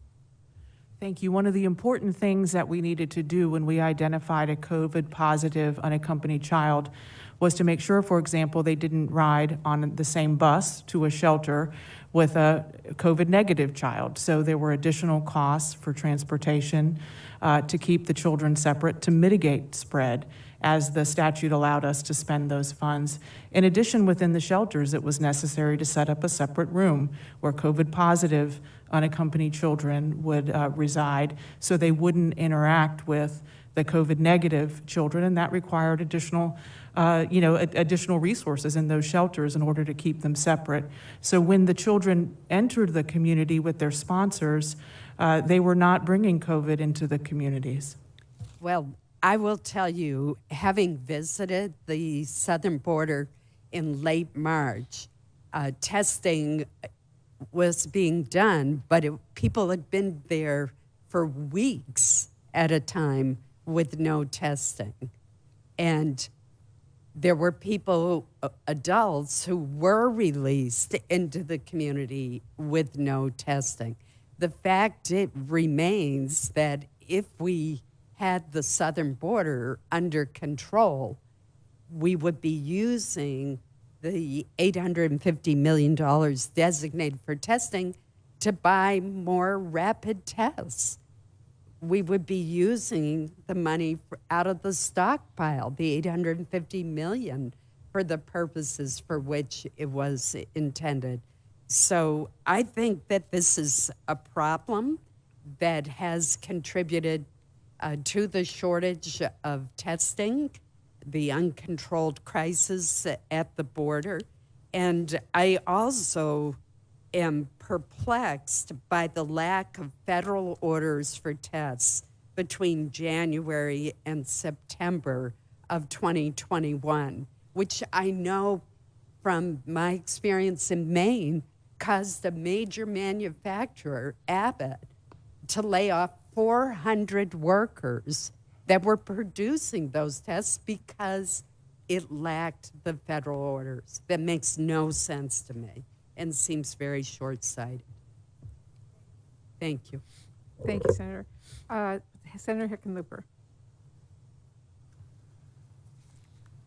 Great. Thank you, Madam Chair. And again, thank each of you for your public service. Dr. Walensky, I wanted to talk to you just for a moment about genomic sequencing. Even before COVID-19 appeared, Colorado made a genomic sequencing of diseases a high priority, and we're now, I think, one of the leading states in detecting changes as they evolve in COVID-19. We test about 15% of all positive COVID tests. I think that's still one of the highest rates in the country. And we also monitor wastewater for community detection. So, Dr. Walensky, how would we, or how can we expand genomics surveillance and expand those capabilities in order to try to stay ahead of existing but also future threats, COVID-19 or otherwise? How do we close the gap between, the states that are heavily sequencing and following this and those that aren't? Yes, thank you for that and for your leadership in Colorado in genomic sequencing. As I've mentioned, we need to have both numbers and breadth and geographic distribution in order to get a real good view of what's happening in genomic sequencing. So we need to sample from state labs, so we get samples from every single lab. We also get samples from commercial labs, which gives us a lot of volume. We have partnerships now with 19, I believe, academic medical centers in order to do so. And what we do and power our genomic sequencing is so that we are able to detect a sequence that's present at less than 0.1%. So we scale up, and based on the number of cases that we have, we scale up or scale down our genomic sequencing so we can detect it. And what we were able to do with Omicron is when we saw the footprint of the S gene target failure in PCRs, a similar footprint as alpha, we were able to do targeted enhanced surveillance of sequences that actually had that initial footprint and able to identify sequences even before they reached that 0.1% threshold. So as you said, we can scale this up in wastewater. We're able to potentially scale it up for purposes of antimicrobial resistance, for foodborne outbreaks and many other things, which we're really looking forward to doing now that we've established this incredible capacity. Right, great, that's perfect. Ms. O'Connell, I want to ask you a question in terms of we talked a lot about the distribution of tests and whether it's schools or workplaces, hospitals. And we talked about how at this moment we don't have enough tests out there and we're not getting results quickly enough. In terms of the distribution of tests on a national level, we're still obviously working on a system. I know the administration's hard at work on this. But some states like Colorado already have systems in place where tests are being mailed directly to people in their home. And I guess I don't know, is the federal government working with states like Colorado and trying to look at those systems already in place, and how do we integrate the federal system with those states? Absolutely. Thank you, Senator. That's terrific what Colorado's doing. We have invested $29 billion with the state so they could set up such testing programs however they saw fit. And we are seeing states like Colorado use those funds to be able to do exactly what we're hoping to do on a national level. We are in the process, as we've talked about today, setting this up, working with the U.S. Postal Service. As the federal government, we will allow American households to order and have them delivered to their house as well. I imagine that these will be in addition to what Colorado is able to provide, and we want to have as many tests, of course, available to all Americans as possible. So if Colorado's already doing it, that's terrific. I'm sure we will learn some lessons from the experiences you've had in your state and apply those to this national initiative. Great, thank you on that. And then just real quickly, Dr. Fauci, we've heard from Dr. Walensky was just talking about how you integrate the aggregation of large amounts of data. And we've had a discussion about Israel versus South Africa. It really is a question of how do we take, my question is how do we take information from global sources and learn from those countries who are ahead of us on the curve, make sure that we're learning from their experiences. And I think how can we do a better job working with our international partners to make sure that we are prepared for the next Greek letter? Yeah, well, thank you very much.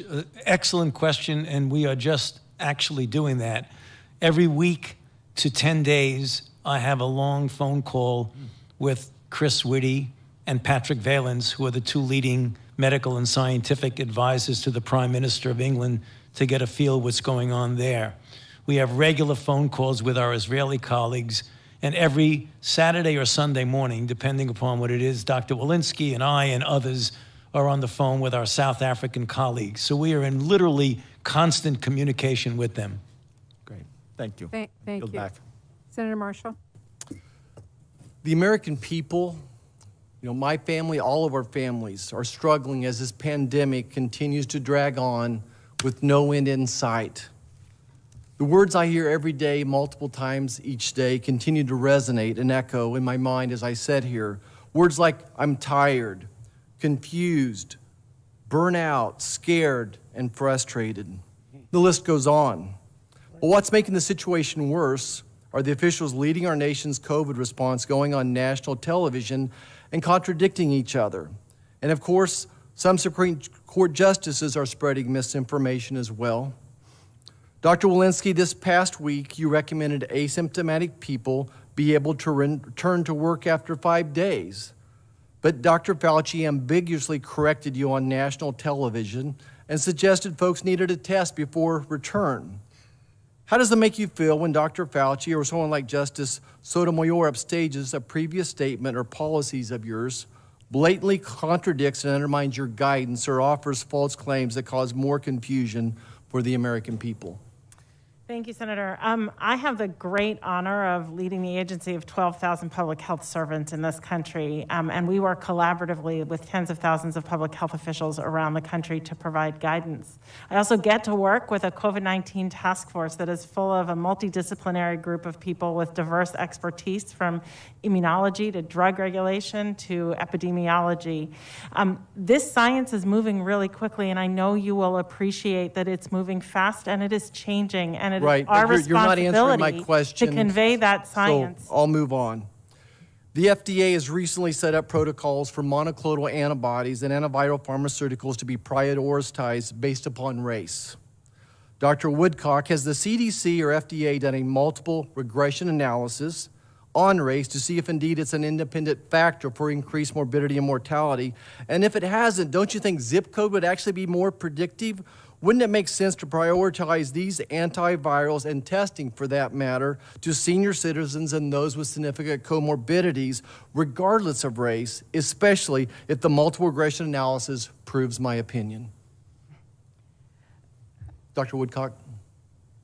What FDA did was to recommend that people at high risk would be candidates for these products. Did you do a multi-regression analysis on this independent factor? We did not.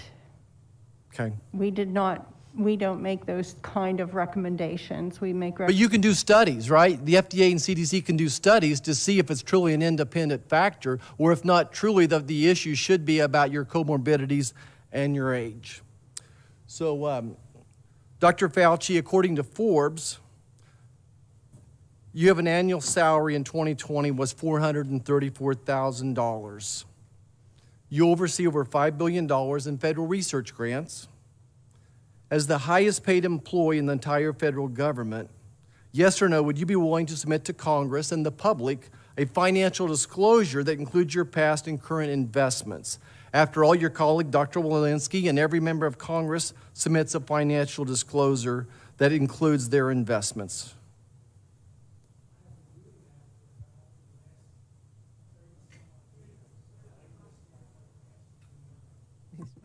I don't understand why you're asking me that question. My financial disclosure is public knowledge and has been so for the last 37 years or so, 35 years that I've been director. The big tech giants are doing an incredible job of keeping it from being public. We'll continue to look for it. Where would we find it? All you have to do is ask for it.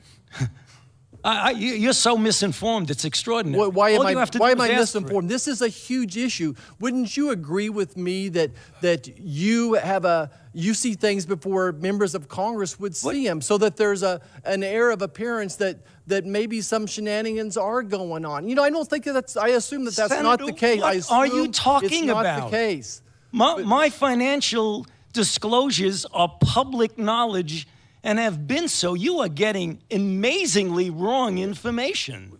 So I cannot find them. Our office cannot find them. Where would they be if they're public knowledge? Where? It is totally accessible to you if you want it. For the public. Is it accessible to the public? To the public. Great. We look forward You to are reviewing totally incorrect. Well, we look forward to reviewing it. Senator Marshall, Dr. Fauci has answered you. It is public information, and he's happy to give it to you if you would ask. Senator Moran. Chairwoman, thank you. I know this has been talked about. I've watched a bit of the hearing from my office this morning and into this afternoon, but would you highlight for me, I suppose this is for Dr. Woodcock, lots of funding, I think adequate funding, certainly knowledge about winter months would bring an increase in cases.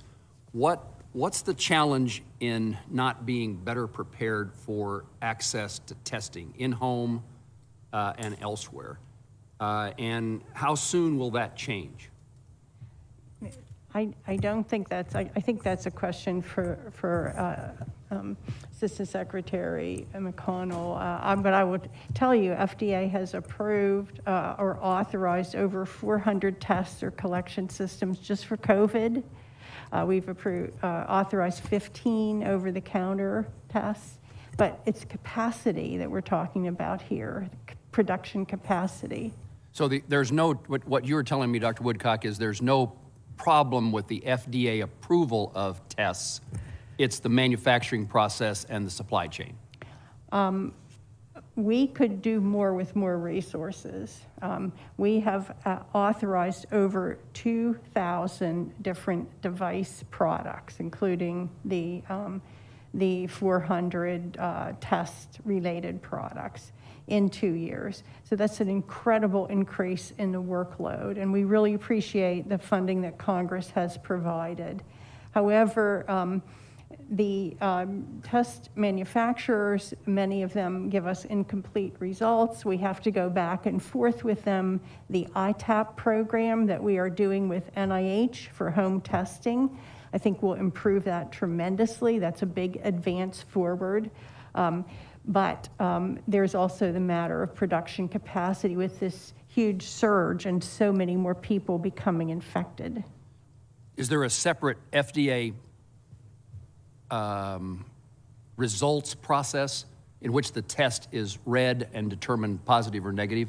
There's no challenges there in that process? That's what the ITAP program over at NIH is doing. They're actually doing the laboratory and clinical testing for the manufacturers, and then they send us the data. And so it's standardized and it's a panel, and that is really accelerates our ability to get these authorized very quickly. As I said earlier, we've authorized them within 2 days of getting the data from the ITAP program. So as that's a tremendous setup that I think is really beneficial, where we have standardized testing by scientists in the government, and that enables the manufacturers to get their products through very fast. Thank you. Ms. O'Connell. Thank you, Senator. And just to pick up where Dr. Woodcock left off, once those tests are authorized, ASPR reaches out to the manufacturers to make sure that we're optimizing the manufacturing capability. So that part is sort of a seamless process that we have. But all of the work we're doing in testing in this administration is in service of 4 priorities. 1, to expand the number of testing sites that are available. 2, to expand the number of tests that are available. That's the part that I'm working on, to increase capacity. 3, the kinds of tests that are available. That's the part Dr. Woodcock just discussed. And then to help lower the cost of tests. And is there a problem? I don't know whether the testing devices are manufactured domestically. Do we have another challenge of the importation of tests, as we did with masks and gowns and gloves? We continue to look for tests wherever we can find them. And we have encouraged actually some test manufacturers that are approved in Europe to apply for FDA approval here in the United States. So I do anticipate we will have some importation of tests at some point. But we've used the Defense Production Act authorities 12 times to support the domestic manufacture of tests and to priority rate those orders so we can increase the supplies and manufacturing capacity here in the U.S. In the third of a minute that I have left, we've changed, I think, our view on masks recently, and we're emphasizing N95s.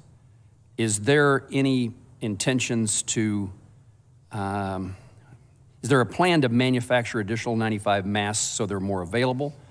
Is there a way to make them more comfortable? I'll leave that, that's the crux to my question.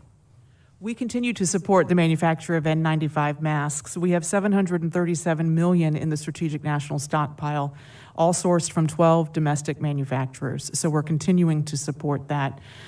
We are also in the process of putting out an agreement for warm base manufacturing. So we're able to keep this capacity that we currently have going, even when demand diminishes. So that's all underway right now. As far as fit and style and how they work, I'm sure colleagues at the table are probably have various pieces of their programs that might be participating to that effort and consulting with the manufacturers on how that will work. Thank you. Thank you. Move to Senator Tuberville. Thank you very much. Just very quickly, I know there's plenty of misinformation on both sides, when it comes to COVID, but I would say this, the fear-mongering on the left is, and I'm going to give you a couple of questions here about this, has made the matters much worse. Dr. Fauci, I just want to ask you this for my constituents back in Alabama. Ivermectin, 40-year drug. Now, my constituents read this. They hear about it and all this. 40-year drug. They call it a wonder drug. It's about a nickel a tablet. It's done wonders supposedly in India, several other places. And then you have this new antiviral pill that we're coming out. And my constituents saying, this thing's going to cost $500, $600, $700 each. Could you give me a rundown on between the difference in those two, what you think about them? Get it on record here so I can tell my people back home, this is what Dr. Fauci says. Sure. So Paxlovid, the drug from Pfizer, has shown in a randomized placebo-controlled trial to be highly effective to the point of 89%, almost 90%. What's it called? Paxlovid. Okay. It's made by Pfizer. And it has been shown in a very well-controlled, randomized placebo-controlled trial that if you take that drug compared to the placebo within the first 3 to 5 days, within the first 3 days, you have about an 89% chance of preventing you from going to the hospital or dying. There were no deaths in the Paxlovid group, and there were several deaths in the placebo group. That's Paxlovid. Ivermectin has had non-controlled trials suggesting that it might be effective, mostly anecdotal. The CDC, the NIH guidelines panel have looked at that data and felt there's not sufficient evidence to say that it works or it doesn't. The WHO recommends strongly against it and suggests that it might actually be harmful. The NIH active studies are doing a whole bunch of studies with ivermectin as well as others to try and settle it once and for all to prevent people from taking it if it doesn't work, because it could be toxic. So there's a world of difference between ivermectin and Paxlovid. But this is a 40-year drug, and we're talking about one that's just now coming on the market. So we actually know that much about this Pfizer drug. I wish they'd come up with a lot easier names for their Yeah, drugs. they always do that. They fool me too with the names, Coach, but Yeah. it is what it is. The fact is, I think it's kind of a miscomparison to say one is a 40-year drug and one is a drug that was just discovered. It was just discovered, but it was shown in a very well-controlled clinical trial to be highly effective. Even though ivermectin is a good drug for some parasites, it has not been shown in a well-controlled, placebo-controlled trial to be effective in COVID. Okay, thank you. Dr. Walensky, I don't know if anybody's asked this question. I just want to get cleared up. Our Supreme Court Justice last week, looking into the situation with the mandate, Justice Omar said there's 100,000 children that are sick as we speak with Omicron, and a lot of them are serious in hospital. Is that true or false? I don't have the number of children in the hospital right now. It's likely less than 100,000. Yeah, and Justice Breyer said that, you know, that if we continue to delay this ruling, that we're going to have 750,000 more that are not vaccinated infected a day. I mean, does that make sense to you? What I can tell you is our children between the ages of 0 and 4 are one of the only places where our hospitalization rates are currently rising, and that children who are in the hospital are generally unvaccinated, not uniformly, but generally unvaccinated. And that's true for not just our 0 to 4 who are obviously ineligible, but also true for our 5 to 11-year-olds as well as our 12 to 17-year-olds. Thank you. Well, thank you all for being here today. Thank you very much. Thank you, Madam Chair. Thank you so much. I have one final question for Ms. O'Connell, Dr. Walensky, and that's regarding education. In the past, we have seen school districts that serve a significant number of students of color or those in low-income or rural areas that are facing great challenges in accessing resources they need to serve our students. How is the federal government working now to make sure that states are equitably distributing tests and necessary resources like masks to all school districts, particularly those that serve predominantly students from families with low income, students of color, or rural students? And Ms. O'Connell, I'll start with you. Thank you, Chair Murray. Equity is woven into all of the work that we're doing in this response. It's something that we remain focused on, including making sure that schools across all states are able to access the tools and resources they need. We gave $10 billion, as you know, from the American Rescue Plan for schools to be able to set up their funding programs. We're also testing programs. We've also made it possible through Operation Expanded Testing, which Dr. Walensky can talk more about, where we have regional hubs where schools can contract directly with labs to run their programs for them. That was designed for schools that might not otherwise have resources to be able to manage a testing program on their own. In addition, we're making tests available through the federally qualified health centers and rural health centers, and we've done that with masks as well earlier in the year. Thank you. Dr. Walensky? Yeah, and maybe I'll just pick up exactly where Asper O'Connell has put down. So, you know, our ICAP program, our Increased Community Access to Testing program, does place tests in pharmacies and social vulnerability indices that are high. That's by design. Tests in federally qualified healthcare centers and community centers, just as the Assistant Secretary mentioned. We also continue to support screening tests at no cost to child care centers, K-12 schools, and congregate settings through exactly the program that the Asper mentioned, Operation Expanded Testing. We prioritize high schools that have, and all schools that have high social vulnerability. And we have a website now that's active where you can enroll. Okay, thank you. Senator Burr, I understand you have two additional questions. questions. Questions, if I could, Madam Chair. This is for Dr. Woodcock and Ms. O'Connell. It's my understanding that prior to Omicron, BARDA informed some therapeutic manufacturers that they would no longer be supporting additional work on new therapies because there's no longer an unmet need, which may impact whether and how FDA prioritizes reviewing such therapies. Did BARDA and FDA change course on this policy once the Omicron variant was discovered in November? BARDA's decision to put that notification out was in light of the fact that the therapeutics development was moved over to Operation Warp Speed, and BARDA was supporting the therapies that were being developed through the Warp Speed effort. So it was a way of combining the funding that was available to be able to move the therapies through faster. BARDA never stopped supporting therapy work, but I'll let Dr. Woodcock. Yeah, there is, we still regard there is an extreme unmet medical need for therapeutics at most stages of the disease, particularly the late stages where we still don't have interventions, and so people are dying in the late stage of disease, getting into the ICU, going on the ventilator.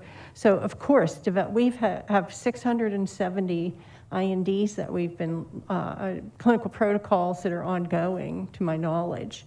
So the robust development is still ongoing in the therapeutic area. So how much funding has BARDA allocated to therapeutics this year, and how much is left to spend? I'll have to go back and check that on the actual development. We've spent a lot of funds this year on the procurement of the therapeutics that have already been developed, but be more than happy to bring that number to you and your staff. And I'm talking about the development end of it.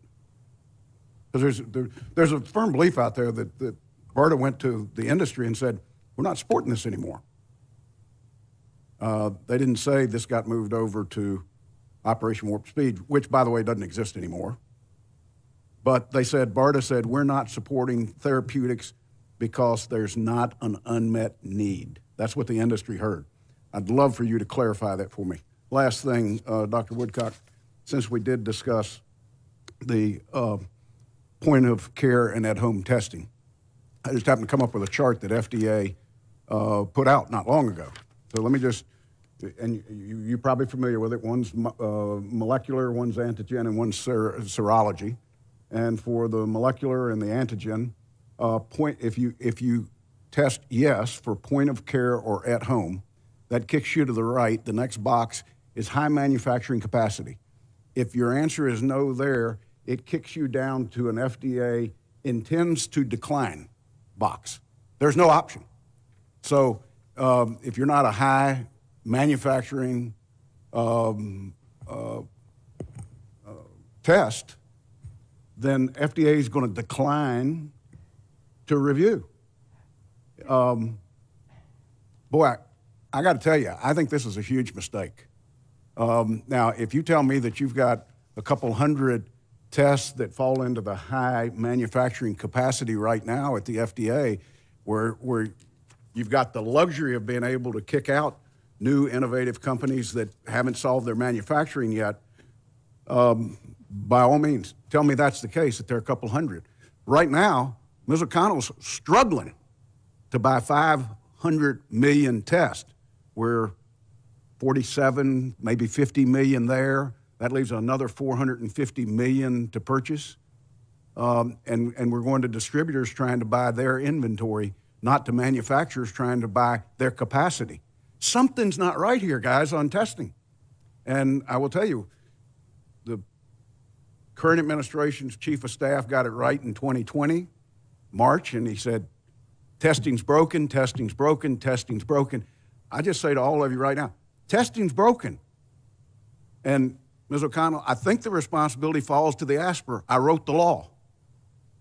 If, in the case of CDC, they were the delay to begin with, but to acquire testing, that falls in your lane.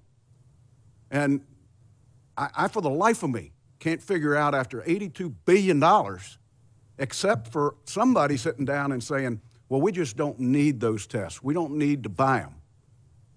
How you could let Abbott close 2 lines because there wasn't any business. These are some of the most premier manufacturers in the world that we've let get out of the mass manufacturing of home test business. If I'm wrong, tell me I am. I respect all 4 of you in a huge way. But I also express my disapproval very quickly, and that's what I'm doing today. Anything you want to add to that?